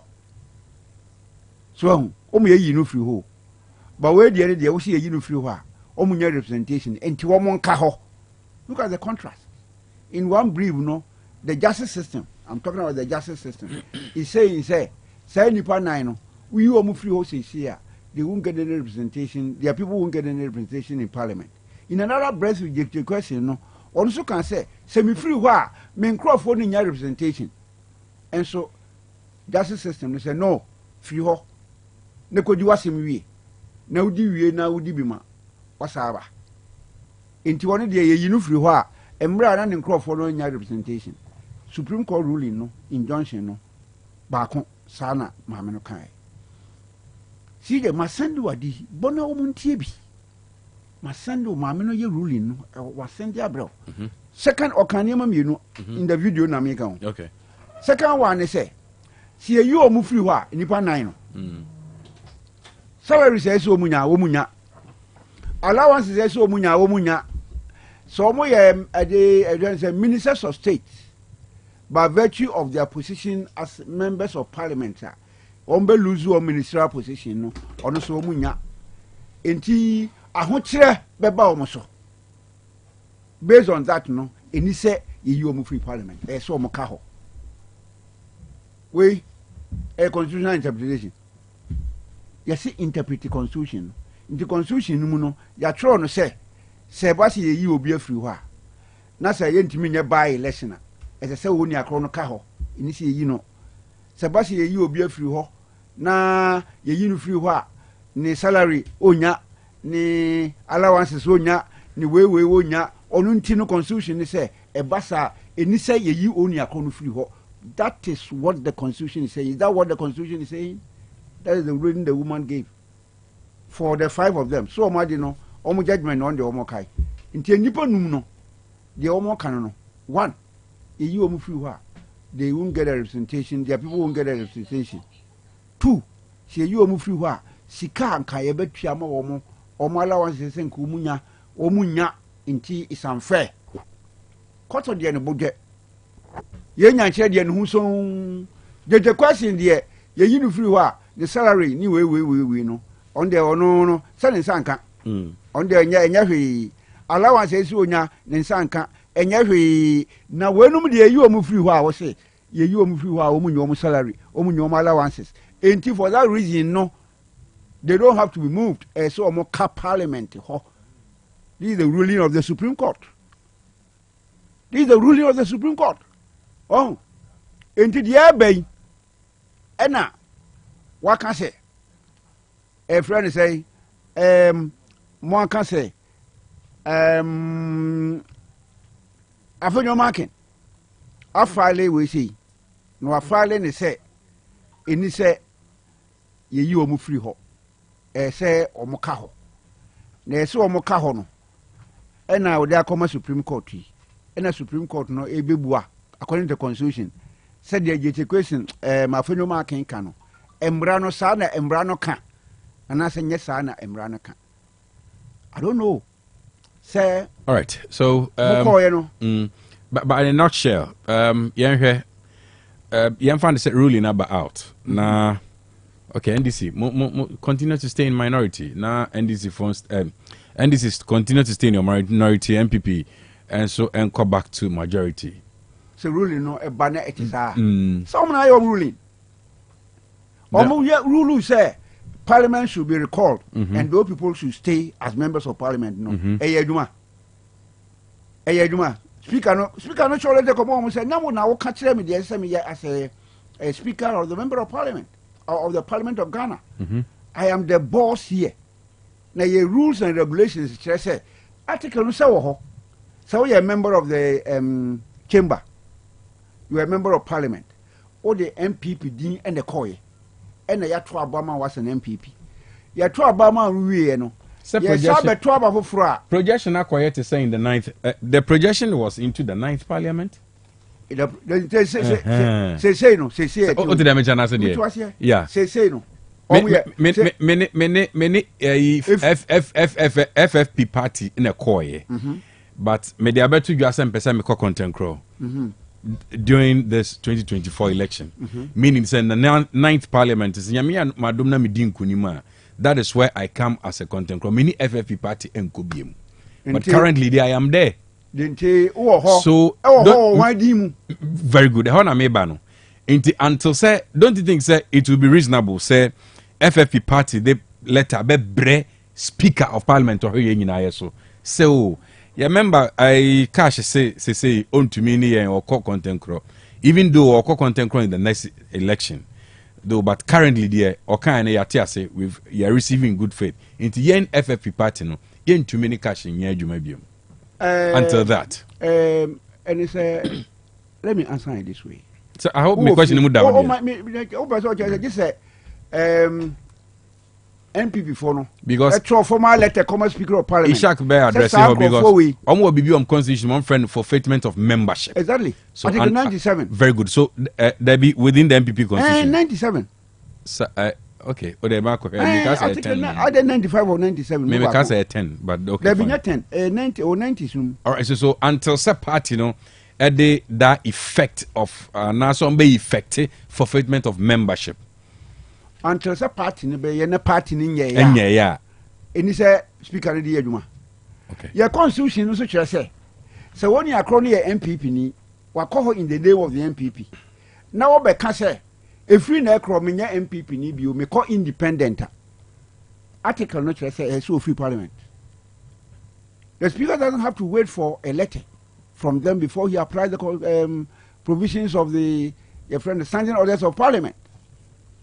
So now the awoken and yes ye gusa say adentina ebesi nei asiama de no 2020 meboa. And they said the law was not tested. So me and but they wrote to the speaker. Yeah, and not the one on Troy. And I may say they wrote to the speaker and the speaker said he must move out. Adentina where the woman shown come speaker. Adentina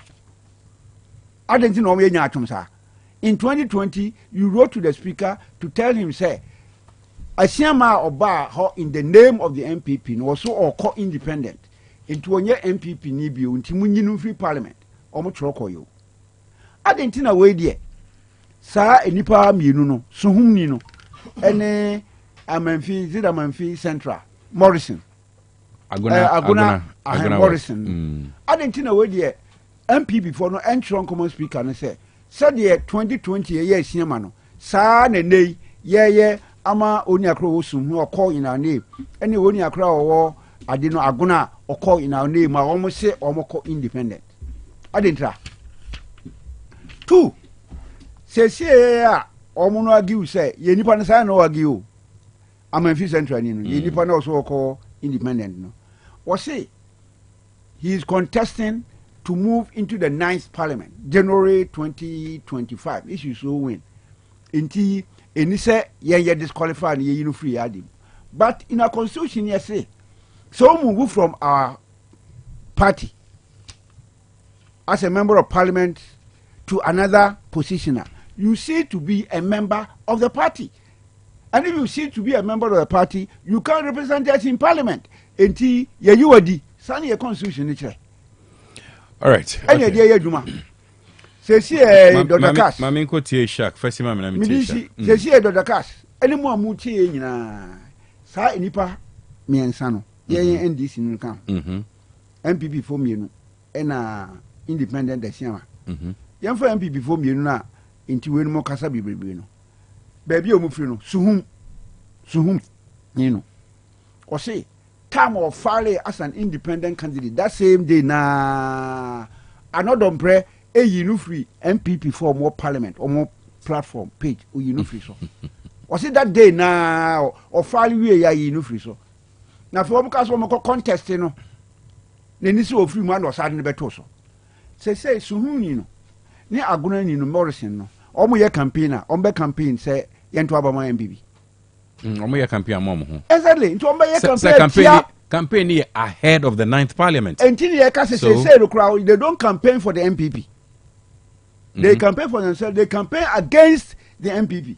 No, be will campaign against your own party. Now call parliament. Now call parliament. We are talking about members of parliament. We are not talking about the presidential. One as a member of parliament, near see you so one no as members of parliament, and a into one no or a campaigner or campaign man who on campaign my president of Friday, on campaign my the president to be. And as an independent no crowd who need to me say Obeka say independent ne de Monto Mami na presidential ne de Montoma Baumia ultimate campaign sa enti MPP no me da say who call constituency who campaigner who campaigning against the MPP and for yourself now co parliamenter now our parliament was a MPP ni is it not contradictory me da say thank you so when you ruling no we are and you be hunu the way nyame admo china exactly all right about this time tomorrow by this time yes Isaac Dr. Cash. Me ba choma kwa ba. Yo bro. Anyway, how's your weekend? Kakra. Send away your brain name to say previous ones. Brain dey say enya ewo to asase so nya no. Ontimi nka say wo bread e bi ni ho. One musa. Yeah, Obredi. Obian ho bekasa Obredi. Abusuan so obian ho ye. Nyame adom. We thank God. Nyame adom. Inshallah. Ahead of tomorrow's ruling from the Supreme Court, expectations? Yo, me that say. Ochina ena nyame adom Supreme Court be rule asem no. Yes. Then I will hear ni musa obete. Oh. Omo beto akoso aka unanimous na. Enti say chachuketa ka bi. And chachuketa dey no dey also there's no legal basis for a stay of execution. Ono angasa no wa nyina mra na nimu ame ya mfa nantum. Enya nsem no mfa ntoto ho ne yenko yenim. Bia ono no legal opinion na also ye legal luminary no. Kwagina court ame ya mfa nantum. Moya mpesi bi ni ne mpa be bintran yenya yenkrofo keka. Dr. Cash. Yeah. Mubarak Muntaka. The constituency in a way. Or see, Aban Bagbin is becoming a tyrant. Nyamlam kayo. Aban Bagbin, one more by-election, air course was Swansea. According to Onu Muntaka no how he got to parliament. Na omoye mwadrin say onra no mama contest na otoni koko. Nti nanya dia wa hoden say person obe contest no no kro be politician. Abangbagben no na si mu pam e bra ne maame ho. According to Muntaka no mu. Say oba no na efi so gina man ya ye be win. Enso so oba no ye ka wonfa ne tinya den enyi. And so ho na ne maame frɛ no. Ne maame frɛ na no so hwɛ.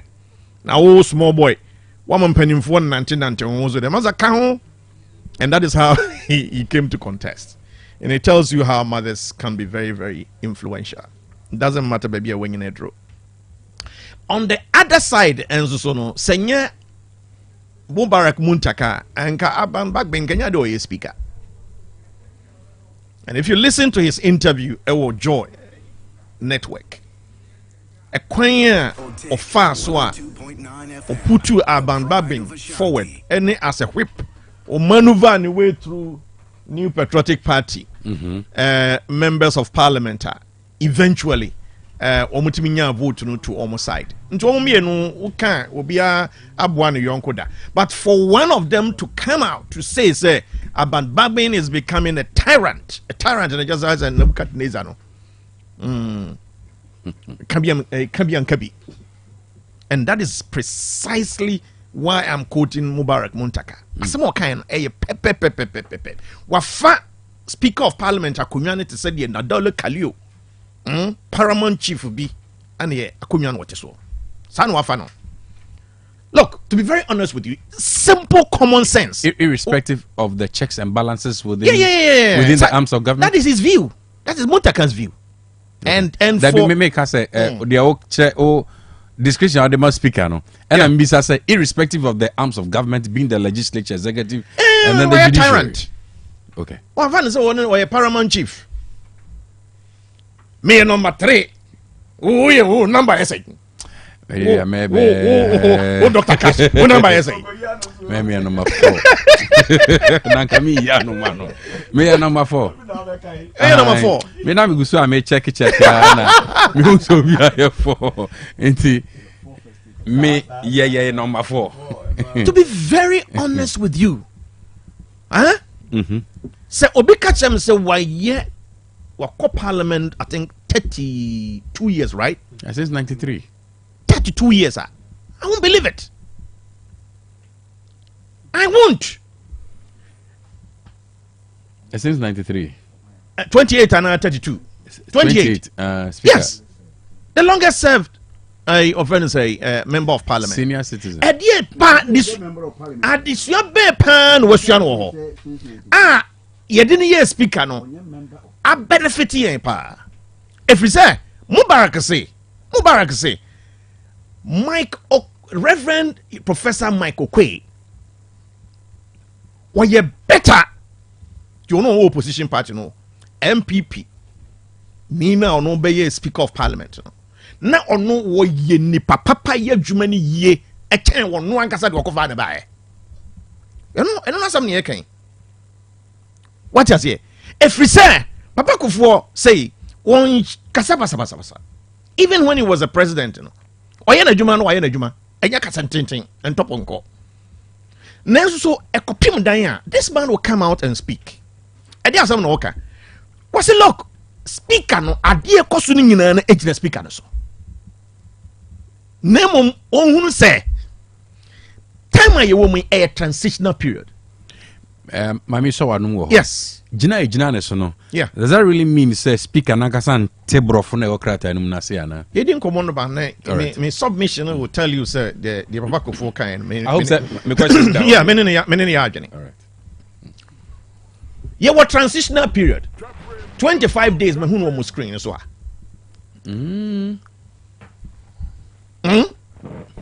And the 25 days are all forces see a bit changing the structure of parliament.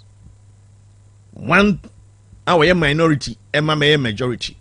Not the majority and minority no. Nyansa be pan the woman. What is the sense in it? A dream papa be pan the woman. At the saka ebro my Ghana. Enu nefua aduanun son na yenya declaration it say the next parliament no when we a majority when we a minority through elections are yeko.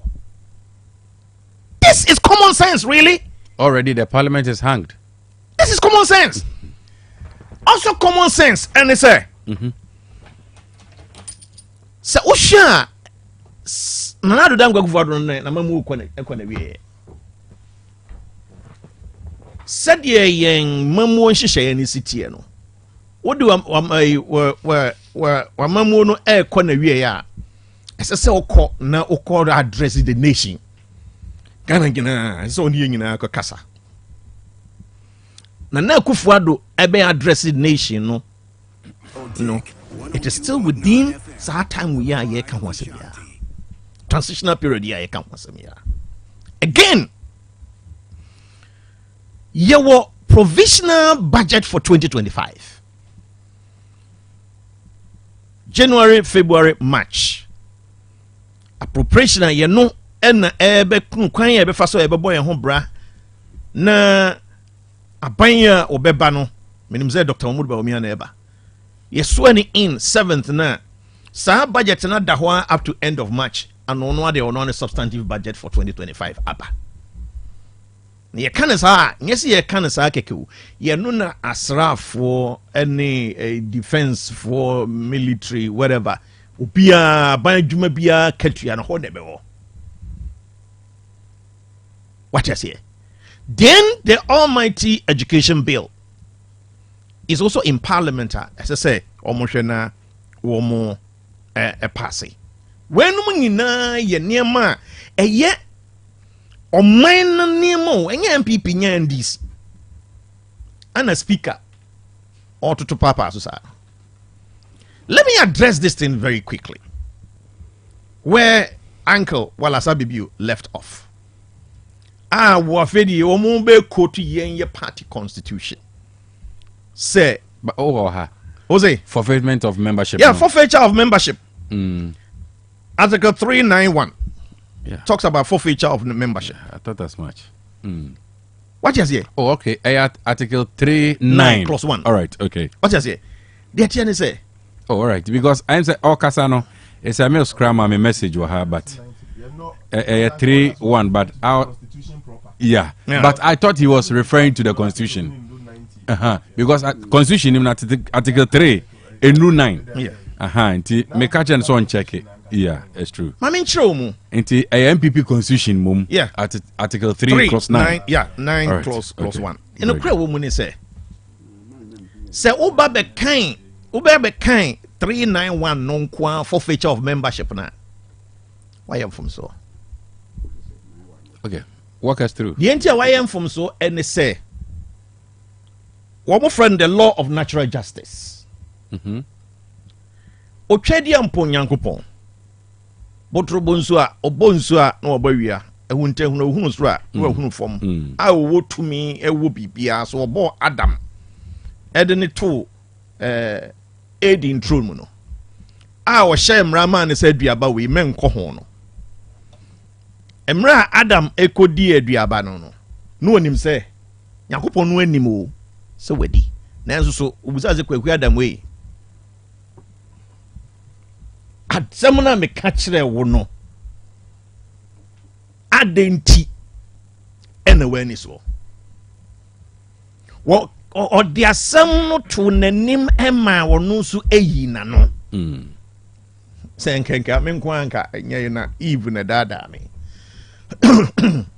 That's the law of natural justice. So obi edi bonia. O nyina so prekopa na ase o yemfa nse dipa na di boni no enti no ene no ano no ya yedai. Ya crucify no. Ese say o man no e go through process ubusan na no wo yi na no wo cheche ni nsemu. Na cheche mu ni nyina chi no akwakwa ko wie ni say afedie. Wo dia pim na ka che ni say wafum na efum a wafum no asotwe e wo ho ne den eniye na asotwe na chi no ansa na party no betimi akase wo to na mo kra no watwa come speaker of parliament a watro dia call. Enti when you read what friend is saying 39 clause 1 na as I say we read it together with other clauses, you know, like 3 so 3 3 2 the argument very exactly well. But what then MPP Emranoka 391 what is it saying? Forfeiture of membership. So if say no, I don't have the full quotation here, but the principles regarding forfeiture of membership is on 391. No. But do you have that one with you? No, I don't have it with here. I don't have it here. I don't have it here. Also, I don't have it here. But say oh forfeiting membership na me catch us say yes I was sorry yeah ma catch a law of natural justice. Okay. So sorry I was here. You apply common sense. We're free MPP. Now wako another party and as wako independent. Yanunti no who representing parliament untimi representing here. What I'm saying is that it's the message we have what's it? Or say Parliament operates under Ghana's constitution and regulates its affair by their standing orders, subject to the 1992 constitution. MPP's constitution is not an extension of the 1992 constitution, nor the parliamentary standing orders. So helping you on what you are tabling out. You see, making the point in here. My next point, which is my third point, and they say, "Oh my Ghana, all right." Ye operated the supremacy of the constitution and not the supremacy of parliament. What you say? And the constitution no say only high court. Article 99(1). I say only high court. The word only underline. 99(1). Only high court has the power to declare a seat vacant. What is 99(1)? Yes. Wow. Okay. Yura Agban Suman at Kingsford Batby relying on standing order 18. Okay?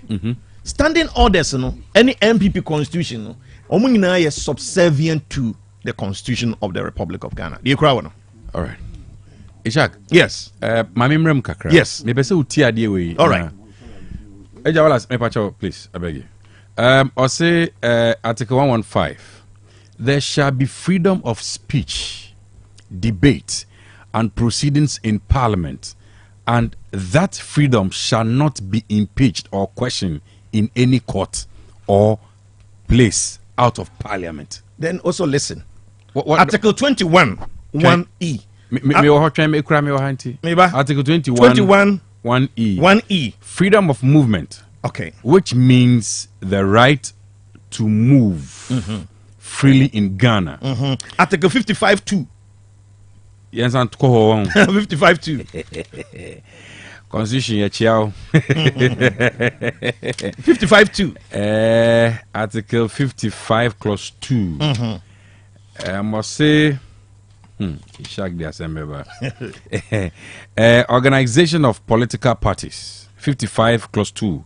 Every citizen of Ghana of voting age has the right to join a political party. 55-10. Who brought this book? As a subject to the provisions of this constitution, every citizen of voting age has the right to participate in political activities intended to influence the composition and policies of the government. So rights to associate is also fundamental rights of every human being. But what about what is said in Article 115? Aha! You didn't think it was Supreme Court, no? So we need an interpretation. You didn't think it was Supreme Court, no? You didn't think it was Supreme Court. Then talking about Supreme Court, no?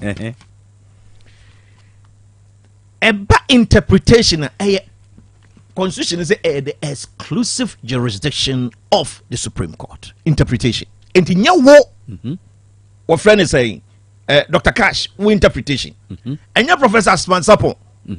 And your me, and your uncle Wala Sabibu, and your CJ Lewis. It's an exclusive right. You have had the chance to read a lot. Yes. But baby, I am bisa ne say. Adam bisa Professor Smart. Na bisa ne say. Ananya wa. Na bisa say.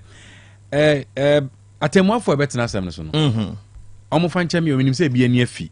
But some of them came to meet the constitution. Yes. Or but they were not part of the drafting of the constitution. One, are they going to interpret this they are going to read by the spirit behind the words or by the grammatical meaning? Totality of the whole constitution.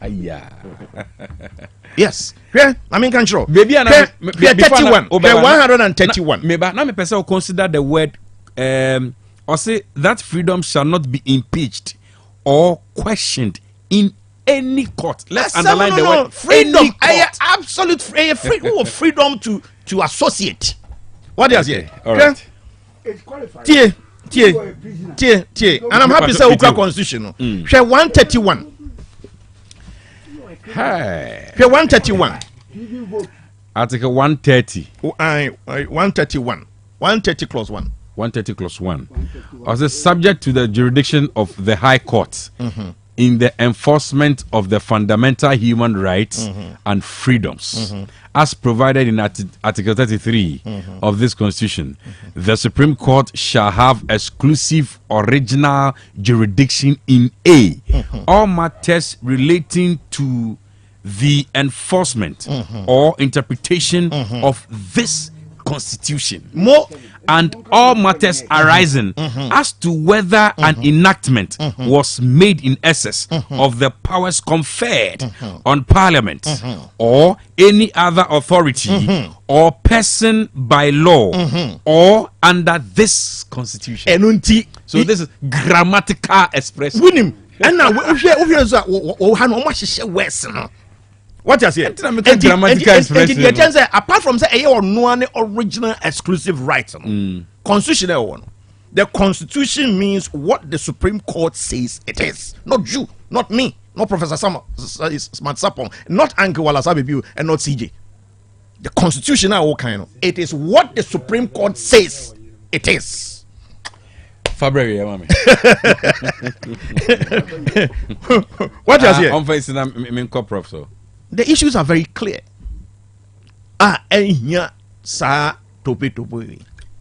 For me, baby, I'm a chance free hold. Common sense approach. All right. So be too crass NDC.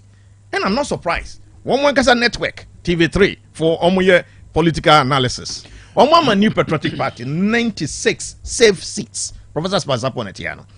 And one mama NDC 82 safe seats. Now, if you look at the difference between the safe seats in the ground already 14 difference. And the young battle for the middle. I am confident, absolutely confident. So New Patriotic Party, a minimum seat you ever clinch in this election is 145 minimum, and it can travel all the way to 160. Write it on the wall. All right, okay. 160 there's some majority. Sure. Write it on the wall. Thank you very much. Mr. Mills Asande Fofra Bremi Wahasisia. On what you are reading. Why? Yera Mills, Shazu Constituency Secretary. Or no, na message. There is a message, so we have to share it. So, AK, me but your message about me hana me the Juma. So you don't attack my phone. So you go and read from your phone. I'll say we put the education or they my or boy. Me pacho way of forfeiture. I'm not listening to what you're saying. Way of forfeiture of membership from the MPP constitution. And the na me bisa no diaba. So you have to take your time. Listen to what I am saying before you come out with whatever you have to say. Ain't me pacho now okay say uninti, then he has to bring it so we can.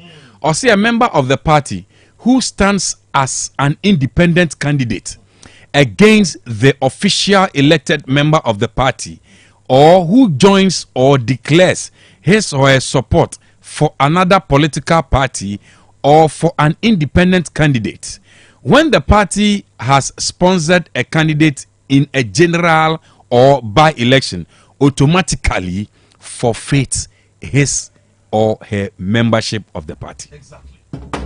Now, when now Kenya, Tinio, when now Speaker Babin, Kenya with Dumrika. Oh, Mate, you better sound baby. Mami Comra. So, okay, we are. It doesn't take away the doctrine of. That is why I'm saying that natural justice. Then, very good. Then doesn't take it away. Yebeja to say Parliament and for party constitution and Yejuma. What's saying? Parliament and for party constitution and Yejuma. How do you? Very good. But where your party constitution? Yeah, where your party constitution?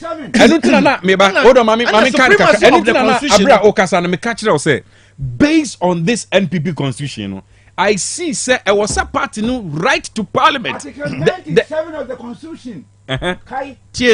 Article 97. Yes, of the constitution. But it wouldn't be necessary to say party never chokra apart from that, Article 97.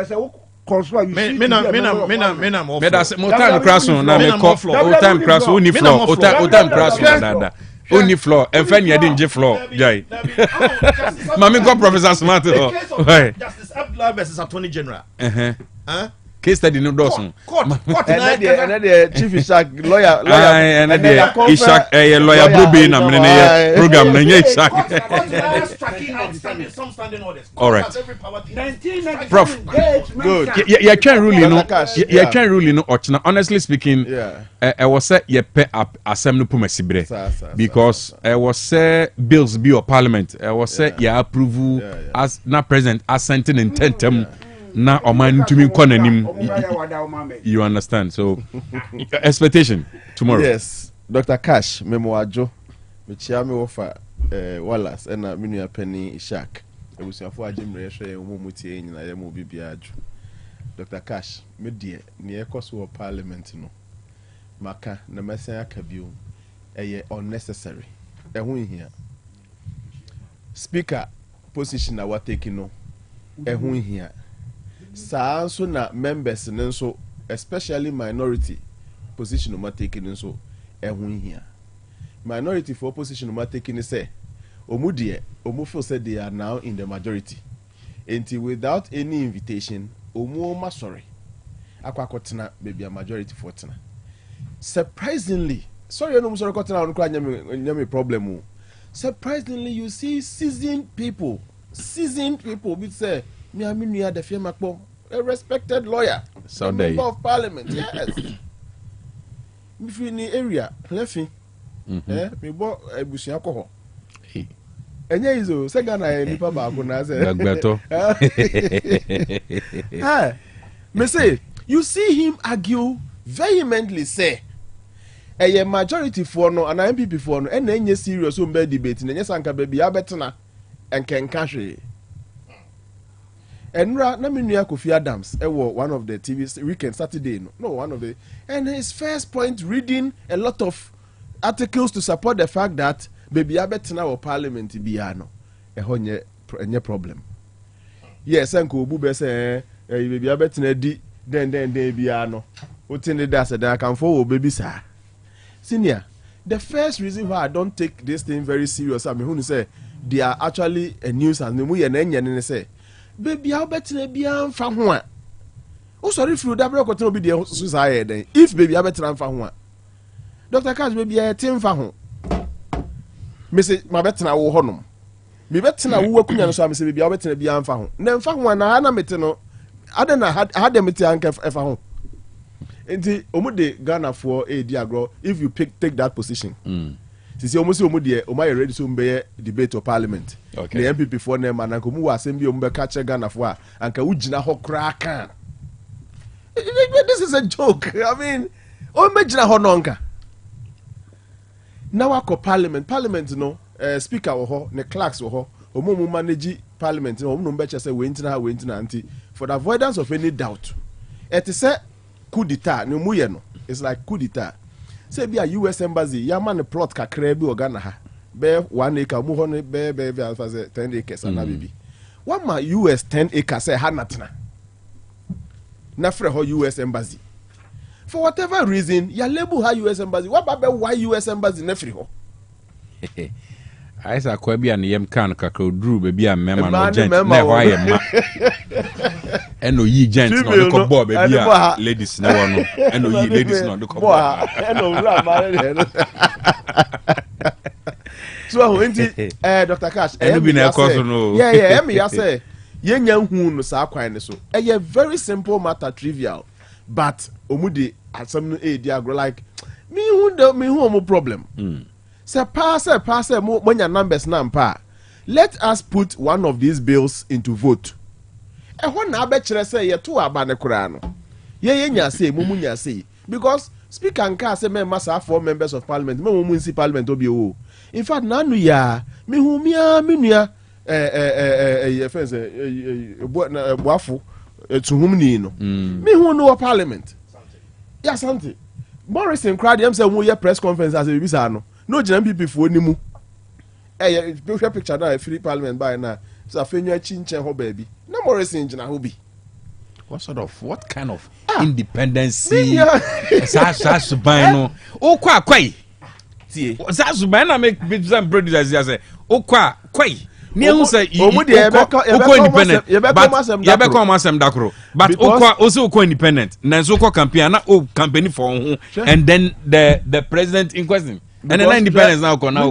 Aka me de me was ni me ni aka ne free Peter senior ye won krofo bi ho no mo a wo hu amanyosem no mu ba mu a o mu lusu they don't win obi on more na jeopardy bi bia nyina be boa party ya ebi mpo party nya me dum rekwa ma ne papa won pa ye hye dan kai ne papa bia minim krofo bebre o madwuma asai abofo because o mu de sponsor Emma Sabio free Muamba.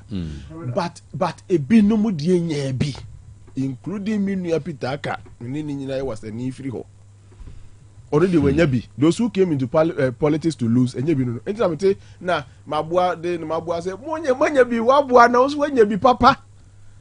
Ye wo binom ho no mo a respectfully sisi ade nya Peter asem na meka. Nya ono abo aka asem na meka. Ye wo binom ho no mo a ankanya amanyosem mo de ho be hye mo anka sese nko mawu obi abewu but privileges bi o manya ni ade na ma omu life span no I increase yeah ye nyina wa ha na bills a me wofa enye nchen me ni nyina free fie baako kro baako onabo Sami Ofosu ampofo e ka okobo wa abrochire ejina sorry dem da o mampani da John Dramani Mahama ase enye ni relationship through politics with President Mills sa aka no me ka bibia se mfa ho no bra Sami Ofosu ampofo abo ebi anka sa aka no nko ntimi nsua sa na speaker Gbagben recently to meet the family and a whole entourage for medical care no so family nya de ko it me movie parliament free don't you know it me movie parliament free in Krakow ye no Dubai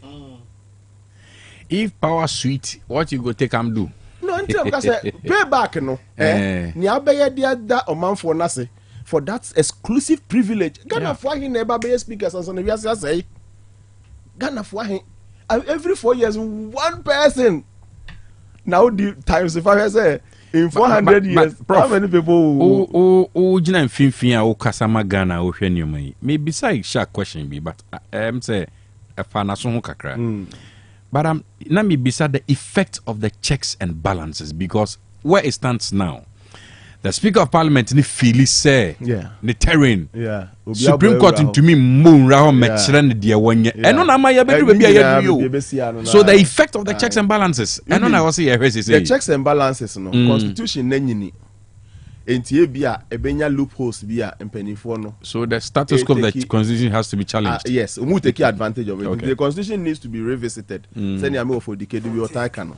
One challenger parliamentary constitution no na nwene ho. Ana say so mu hunu pa o man fa anya asem. Na be reality ne say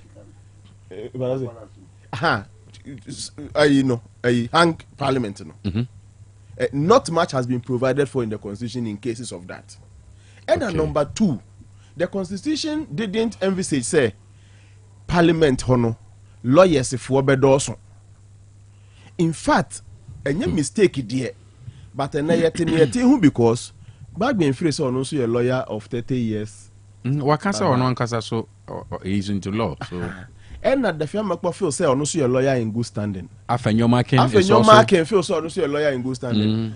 I mean Xavier so a lawyer in good standing. Xavier Adenta. As is your source about our market no. Oh, the politics is grassroots ground level. And they want so fat like others and yes fake. It looks like he was actually naturally a horse like yeah. Yes. Oh, now you're orphan. Oh, okay. And you see. Wow.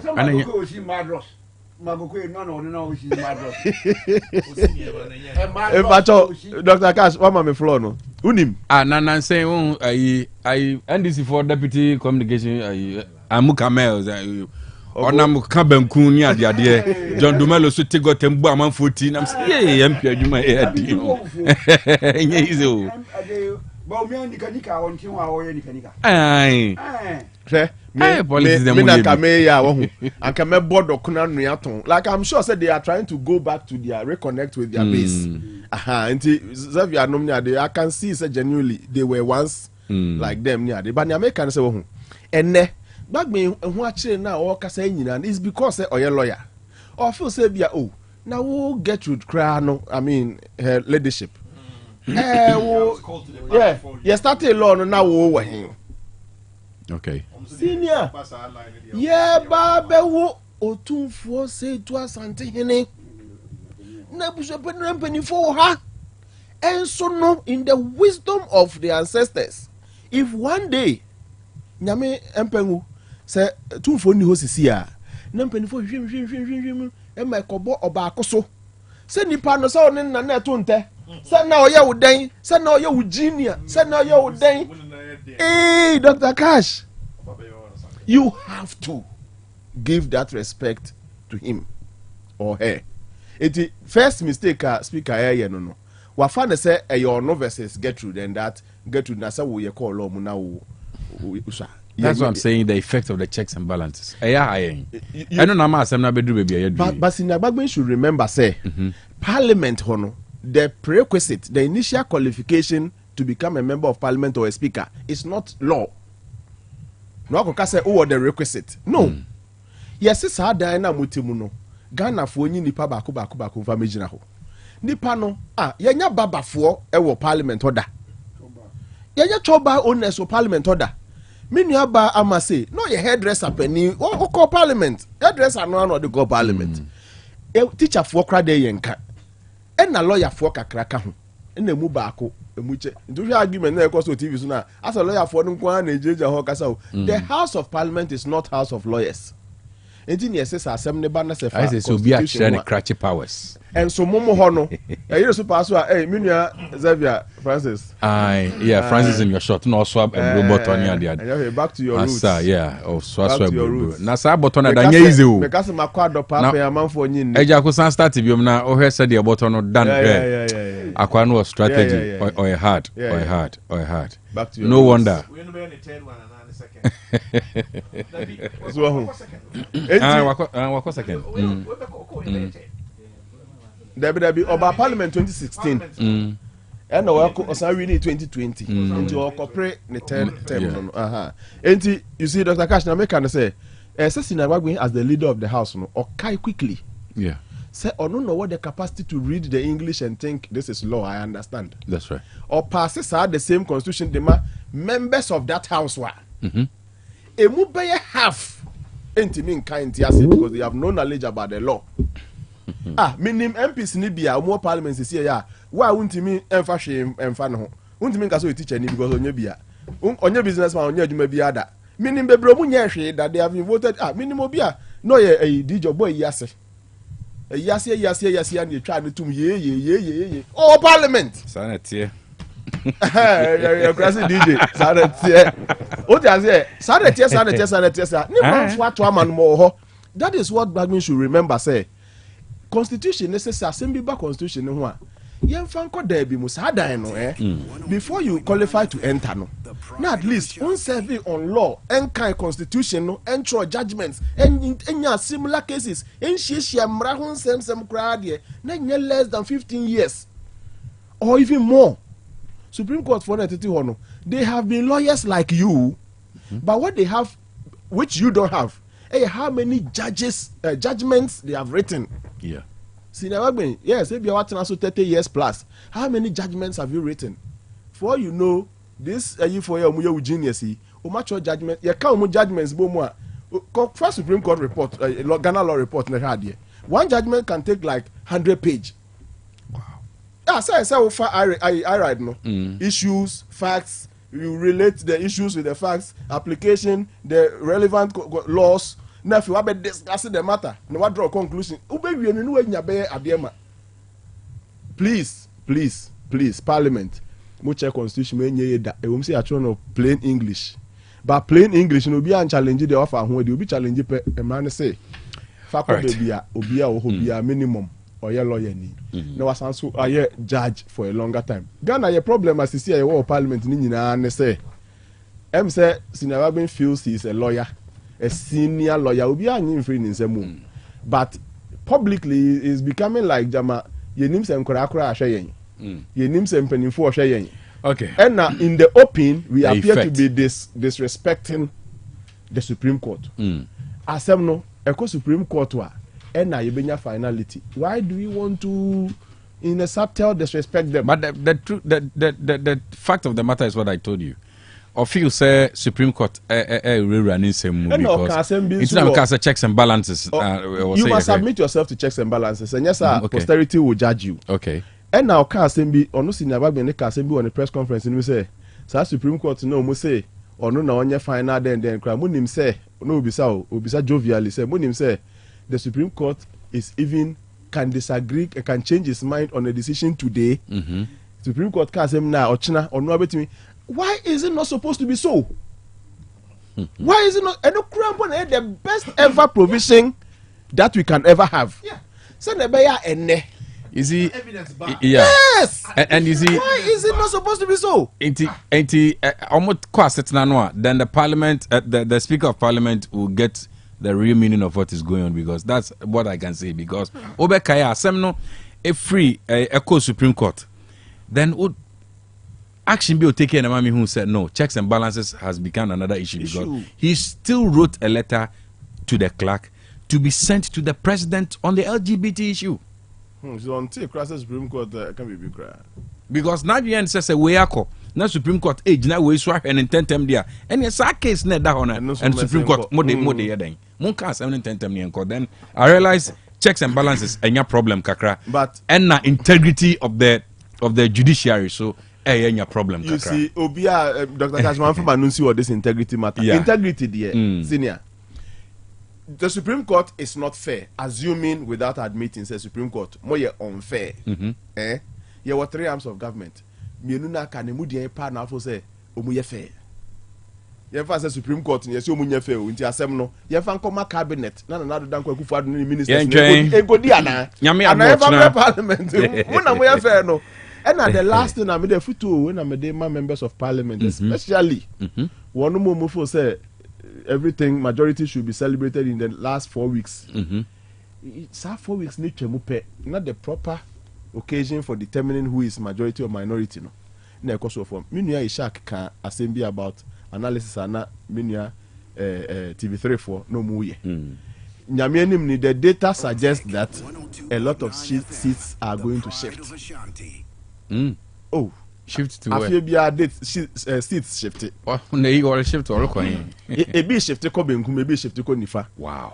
And the ultimate balance is that a be more the parliament to have also because Munim so Muko Mumebu.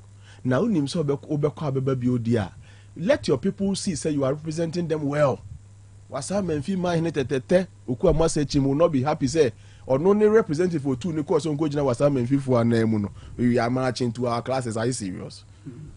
Me mouth was no, no, every constituency, no. You should call your MP to order. Nami, calling them to order, it will never happen. Oh no, you represent them. Me ba, mini baby, I'm free ba. Okay. When you fear the out share research, Jumaya see we school. The band one who say MPs, Afro community not to a background and answer community cause of the consequences they have community centers. Yes. The band one who say MP, a friend man for say me person me no fa dwene mumra yen si yen kan yen so ase kakra na yen nin komo onzo bia bi da omunya bi da ntie nsi you can call them to order. Now,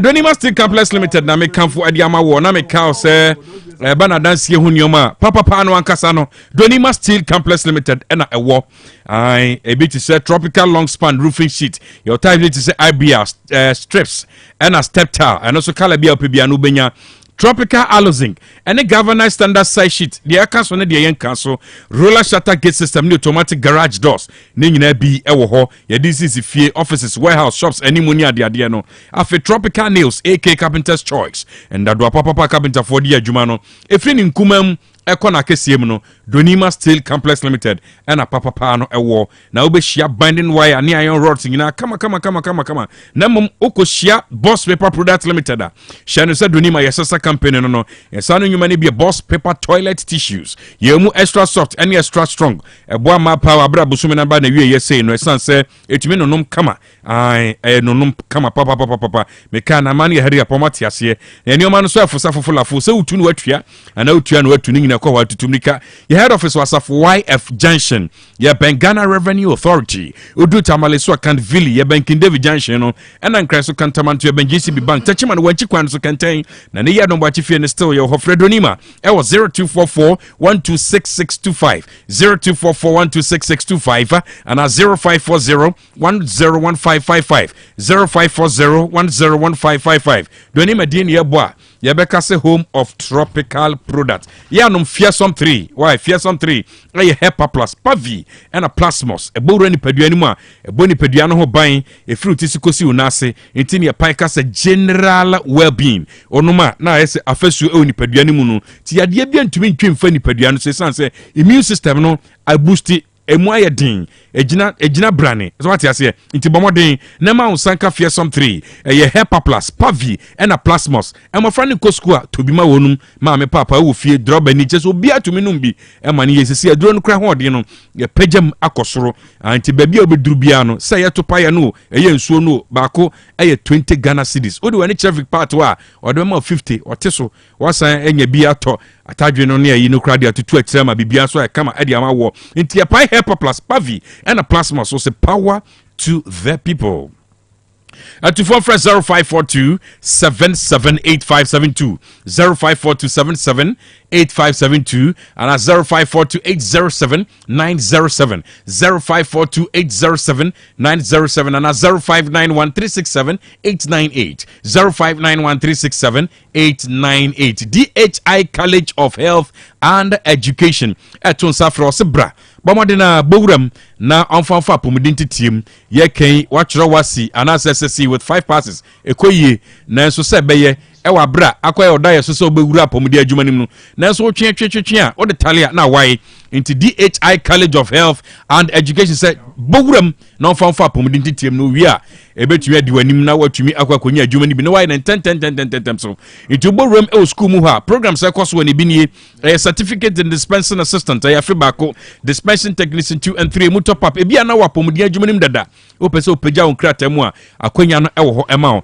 classes a chese wa organize on weekend basis obetumi akwakoye bi diagnostic medical sonography fe no ultrascan ya febako na wawie na we na sam de ka ho ne se oni eko bi a sha ban ase aka bom nti se eno na opese oye diagnostic medical sonography na the hian so okuta 5 passes and now oye matured person with any health related background obesomu na do afantitienum sterilization processing technician so ka ho bi eno so ebusumi nsia we the nurses and midwives enso betumi apply bia kama we theater adwuma said de bia meka no wura mu a anesthetics ewo ho bi scrap nurses say omo ye adwuma o theater bebre obehia wonum ewo ho ne adeadea medical laboratory technology enso ekoso eyafe baako environmental health eyafe baako ebusumi nsia na sa afe ene fa no na diploma in education no so eyafe baako ema HND any degree holders early grade education not just diploma no diploma bia yemfie mienu nti Dwabrem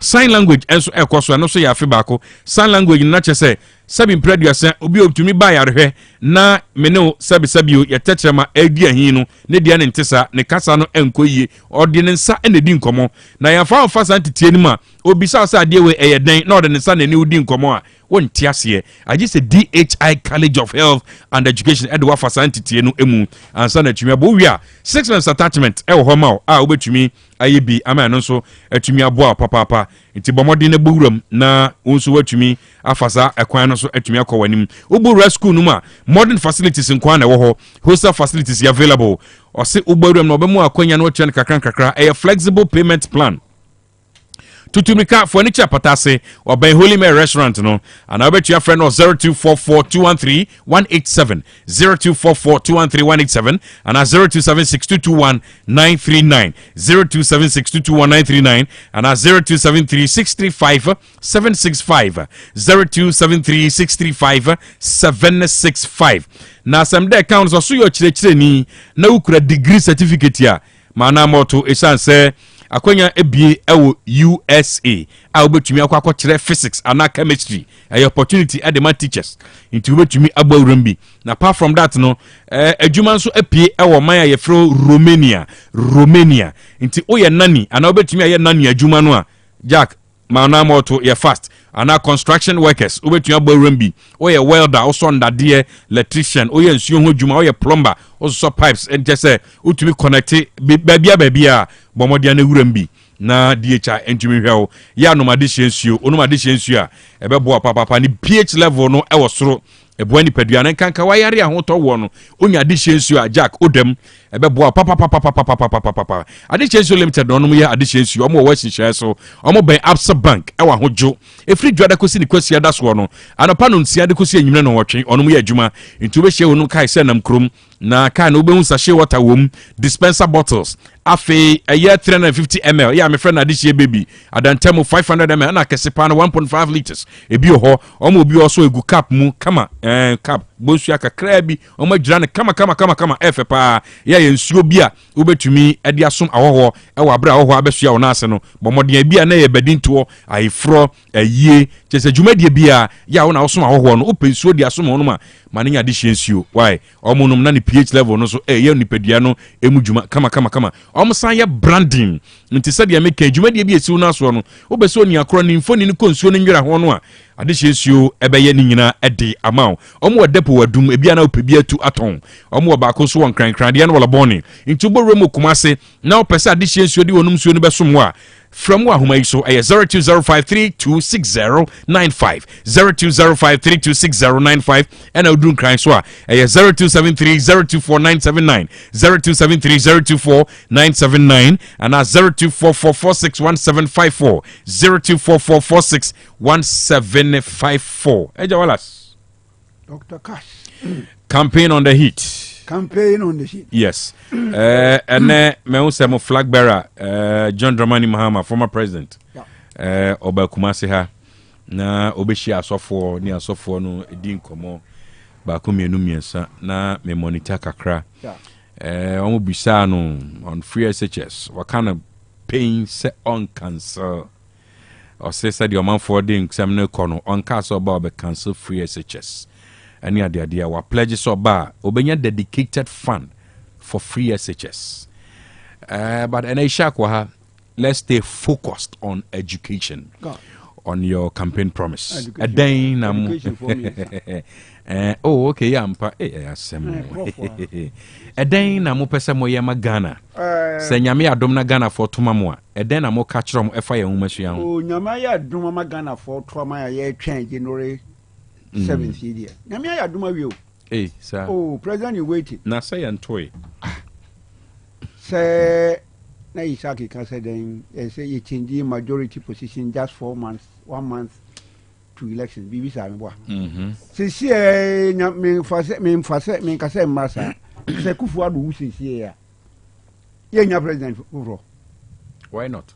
So why you say you change position majority minority? Enti sana we sense emra no. Constitutional provision. Enti mamentia of mame Esther Hakman. Oni ni about the connect dankwa donko ni mano ya kwachi. Mensha ko fodua na mo na mame afri mu eno ba pene merade 30th November ni na yi odua nkwanta. Ya mamu nyina akose. So for Hakman also na akoye CEO mikiawo. Munim sometime 2020 elections no. About your Simanson, why? 2020 elections, Mina Mahama Kasa, I'll review the free SHS.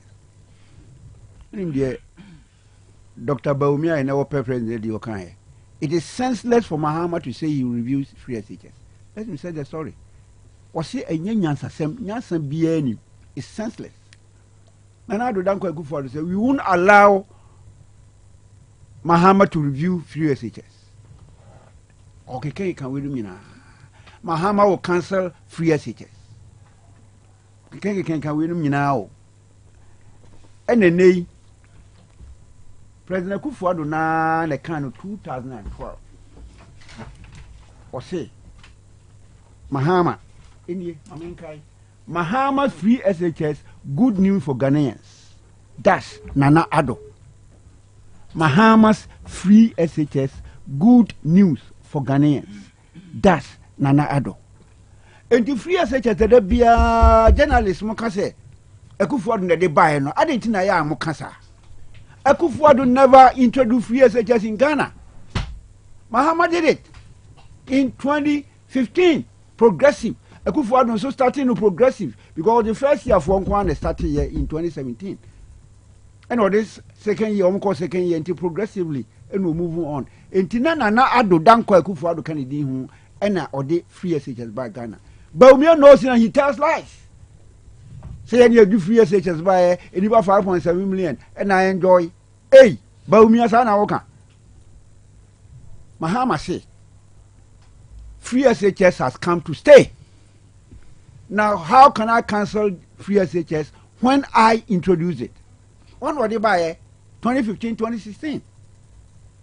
Now they buy no, and 2017. Nanado danko Akufuor or starting from one from into a new progressive. Come on, no campaign no enya impression say or the free SHS but for all form 1 form 2 form 3 or we need no limited to form 1 kwa so then na mo pese mo ye magana na me ba no omo ko form 2 and odi bibi e friend no double track e ba e on ene e ko no tot no o ko busumi mi no abetena fie busumi mi ansa busumi nan mahama say oba on cancel free SHS na the oba say obeyi double track no every ho NDC will only abolish Akufo-Addo's double track system. Enti school econo tot no was obeye fio. Say see aye ka say from 3 4 nyina wo fie. SHS 3 4 nyina wo fie. And from 1 from 2 4 and wo ho. SHS 3 4 no omo call October 20 something no. Ombeba January. Na do dan kwa Akufo-Addo nkwa na otumi makwa Monday 28th of October 2024. We will be a school Wednesday 30th October 2024. Baumia review now obano ebi no. Dr. Dutum say Baumia kwan na betimi implement the educational reforms of Akufo-Addo. Say then only Baumia can continue Akufo-Addo's educational reforms. Adi. Afraid dia musim baye reforms. Musim on pene e mama ha manye reform. Reform ni review no is the same thing. Afraid dem pene.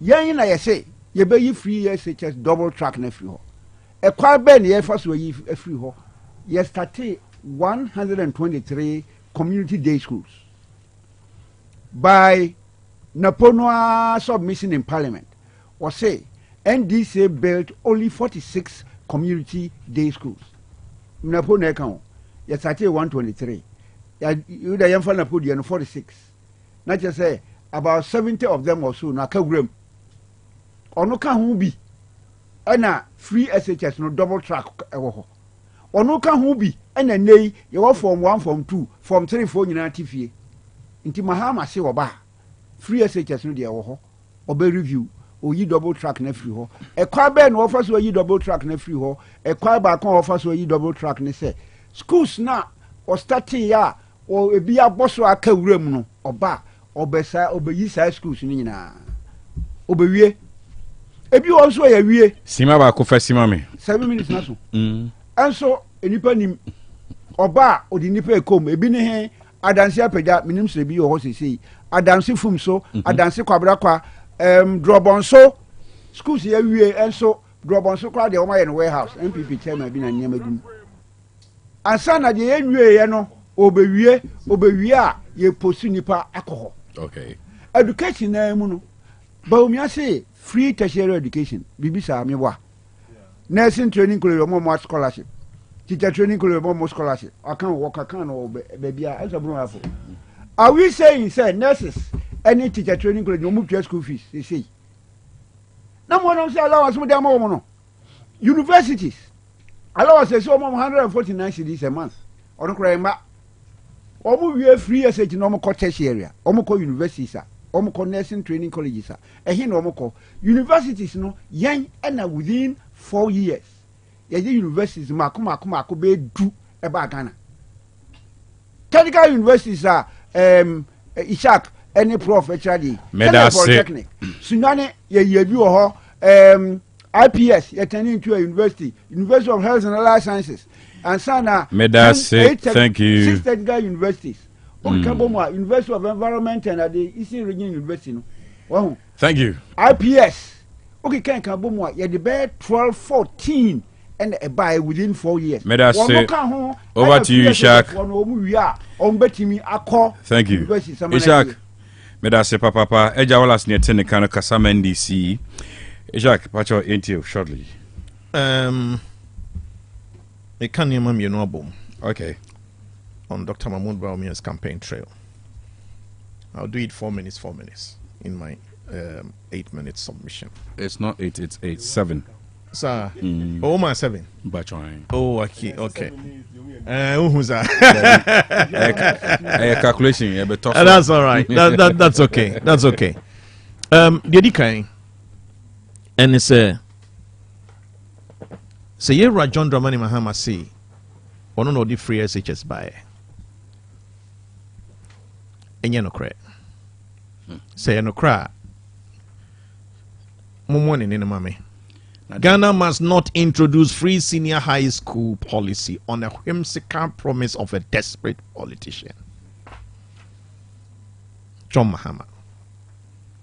John Mahama said over 2 billion to spend. And yet you're best spending on secondary education.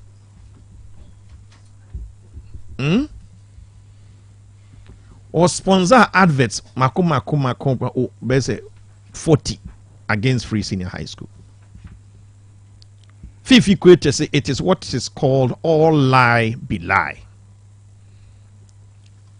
Our friend is saying, Phyllis Ofusukwachi say, free SHS no is just a political gimmick. Now, okay, can say we saying in what child want to be when are they buy?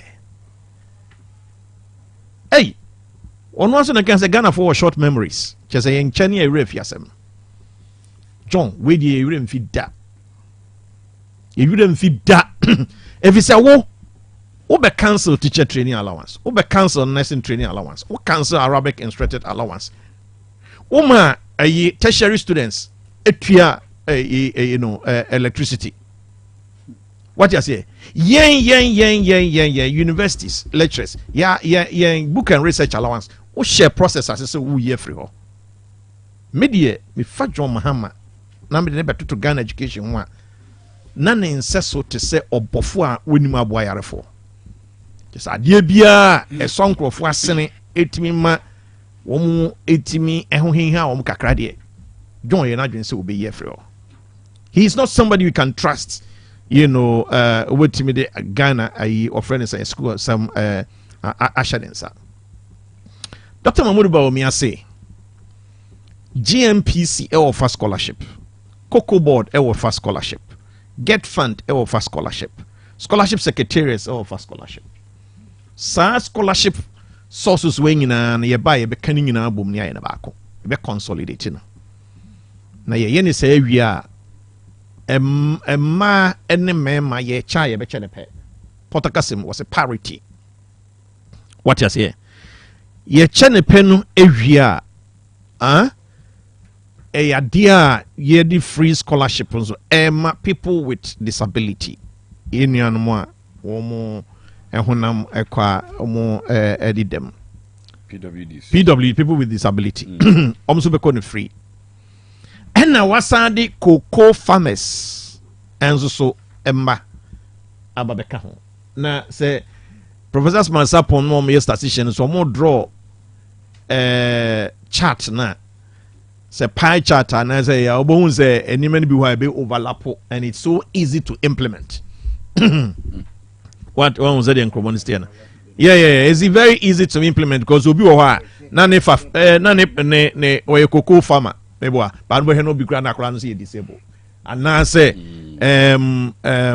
or friend is saying or your bar let's just say parity now or the air ban so it's easy to very very easy to implement. So if somebody announces a policy, now we evaluate the policy now, look at the soundness of the policy. What you say is very very very doable. He talked about, or friend is saying, double track. Patrick Ewua, the CEO of Ashasi University, was a clever idea. You know why? Ghana ye population growth no crano. See yang fashi kahuna the rate ye expanding ye infrastructure no. See ye better cost why ye say bedroom maybe ni yensem grabebru. Na say yang expanding no so a bedin fie du ekom fie dunum. Said the population ABC a grown, a better requires a better run a double track. And it keeps growing.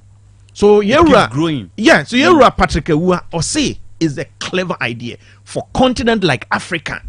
Yenshe the Niska, Nenso so ye pesi ye man na area you do mukusku. What you say?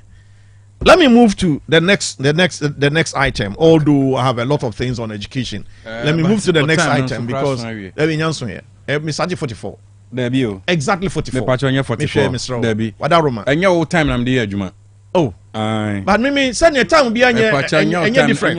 Me share the 44 ha now so time you saying. No 43, who started 43. I mean you 44. Debi. Nya no nam dey Okay. Okay, say. How many 30 seconds granya mai. Ebiem yen nuanom a na omoda dialysis eso. Asemde omoate asemde na eyen nyina nim sam se aban no ade NHIS no ebae no na aban be na so kwada omoye less than 18 years or below and in penifom you over 60 years and dialysis no omonko free asemda yatie and say Dr. Moduba omi say after pilots omoye eni bibia no Dr. Bwaji Da Costa, NHIS Chief Executive, conclude say, Obia what that dialysis is subia from 1st December. Na just say inubo so me kra. Obia de ebeye free. Now it's very important say ye besan asechire no ne achim ne akase NDC bedi papa Kofo de emfie nwotwe. Wo mo amfa ade foforo bia ama meto National Health Insurance no so. MPP, in addition to dialysis, no sickle cell sufferers, childhood cancers, family planning, say grade say afibia no bosomia ye wu mu no ye be send you message. Wakwa hwe wapom Akpenami. Prof. That is a good one. Ubenya text message say ene ko check up. It's always September born. Yeah. Within that month, no. As part of your birthday package. Emma National Health Insurance befa honka. Oh wow. Okay, Prof. Okay. A good idea. I can't implementation. Very good. Very good. Yeah. Very, very good. But Prof, me man be it's like a one. Prof, also I lie you. Prof, okay, Prof, Shemi. Time so I mean chow half second. A strategy or the best foul time. Let's look at education. Now you see from an medicine. Let's look at education on both manifestos. Very well. How well? 7 minutes no archive. I mean 6 minutes. I mean 1 minute no fan can I pray so. I pray so. Education. My first comment is say free SHS no. Yeah. Aba bebua pa. Abebua o. Me say me catch enkrofo say me ka fie 4 years a man for nyini. Yeah. Now time one can say me na me jide dey na me dey jide. Say Mark me what P1 say madam Teresa Nom. She said they called me math teacher like from here banya no mani je ho. Enti de ba na sign and na me jide ya na me dey tifie. Dr. Cash na da kromi maami e wanya no baby ko ya mo beja me ebesi eni wasie kropon ho police station ho se mo ba ho trata Mr. Damwa trata so ne trade ko adopa trata ne besi ye ne mabu abo bekita na maami akochina kotonton ho ne mani bia so na mesi me na adopa afo asie free trata mo asi from na obi anka no watu esum say math teacher obu say from Kwalabren no from math teacher na me de ko adopa 4 good years I saw people go to school. Na me year next junior for na besa me ko na next junior for besa nyame nkoa Dr. Cash me your background ke bia nka sa 4 years no o ti ase enti nyame anim ni yenyi politics nto nchen ni yenyi ntum se free SHS no abeboa number 1 me fa researcher me year baseline survey no na e kire se as at April May no early this year May mu ho no na se free SHS nkoa na nanka ye behwe ho di ato aba nanka enye economy nanka enye se nanka free SHS nkwa nanka MPP be win 15 regions out of the 16 regions. Wow. Me sure say research no so basa anyo nkwa na o ye research. Enti politicians obia beba ho bi. Oh, obia be the deep free SHS no bi. Because it has become a strong legacy. A serious issue I may say. Enti ma share that bisa NPP for na campaign say 2016, 2020, it was free SHS. DC ni bia baha on said the cost one on Kanda free SHS. So 2024, still free SHS. education no crowd de wo education crowd de ntwamu da o ye na me say da bia yesi esua de we live to learn every day nti me the reason why our political parties me no nyina afa omudidi ho ne say ye ade pa abeboa nyame nko na me sabio still man ka echi a me nim me hu me nuanom bebre James Isaac Amoesi nom me fa chama me body me hu na me ra because we were in class together. Drop out in the buy no and then Amoesi almost was like up and dance and when you credit and the nefo na omanya free SHS no there no wonder politicians ni nyina ani abako a omuso mu be ni na mani agye ho ne say ene NDC enye 41 na assembly no muka so omu nyina agye atomu say afie die ye nyina me ba ko a mete ya me kan ya menu bi frɛ bo just aden na okasa sa yesi free SHS na ma improve ka be schools kika nsem basa ene se ni nyina akogu na obia ni aba no ayi a me de ye da nyame ase wo ho na ba ko a me kan ne se say ne free SHS as education a topical issue e wo Ghana politics mu na yemfa as dani bi mo education ministers na po ene educhum ana say aban yi because in these 8 years education has become even more topical than agric menka say ni papa but on the pace of trending education now you say check some of the me training teachers na TOT to me regions nim nyina na buy ko share we juso abankro education for no office na ho on electronic classroom. Wow. How to digitize the classroom. Oko was I be all. Me see na macho ha say ye was department of engineering. It was secondary schools. Wow. Oh yes. It was ya okay. Omo department of engineering. Presec. Me there come E-class now. Yes. Enti me say a lot of transformation has occurred in education. Now say I did teacher mate one no. Any student mate one. Me say go and see. Me say me call address teachers award 2024 teachers award for Antiaqua North. Me na me guest speaker ho me teacher for ho nyina. In that remote area no go and see the overall best digitized school. Any what they are doing there. Just say you don't need mouse say bo na then the amafo adwena ba computer na even at the lower levels.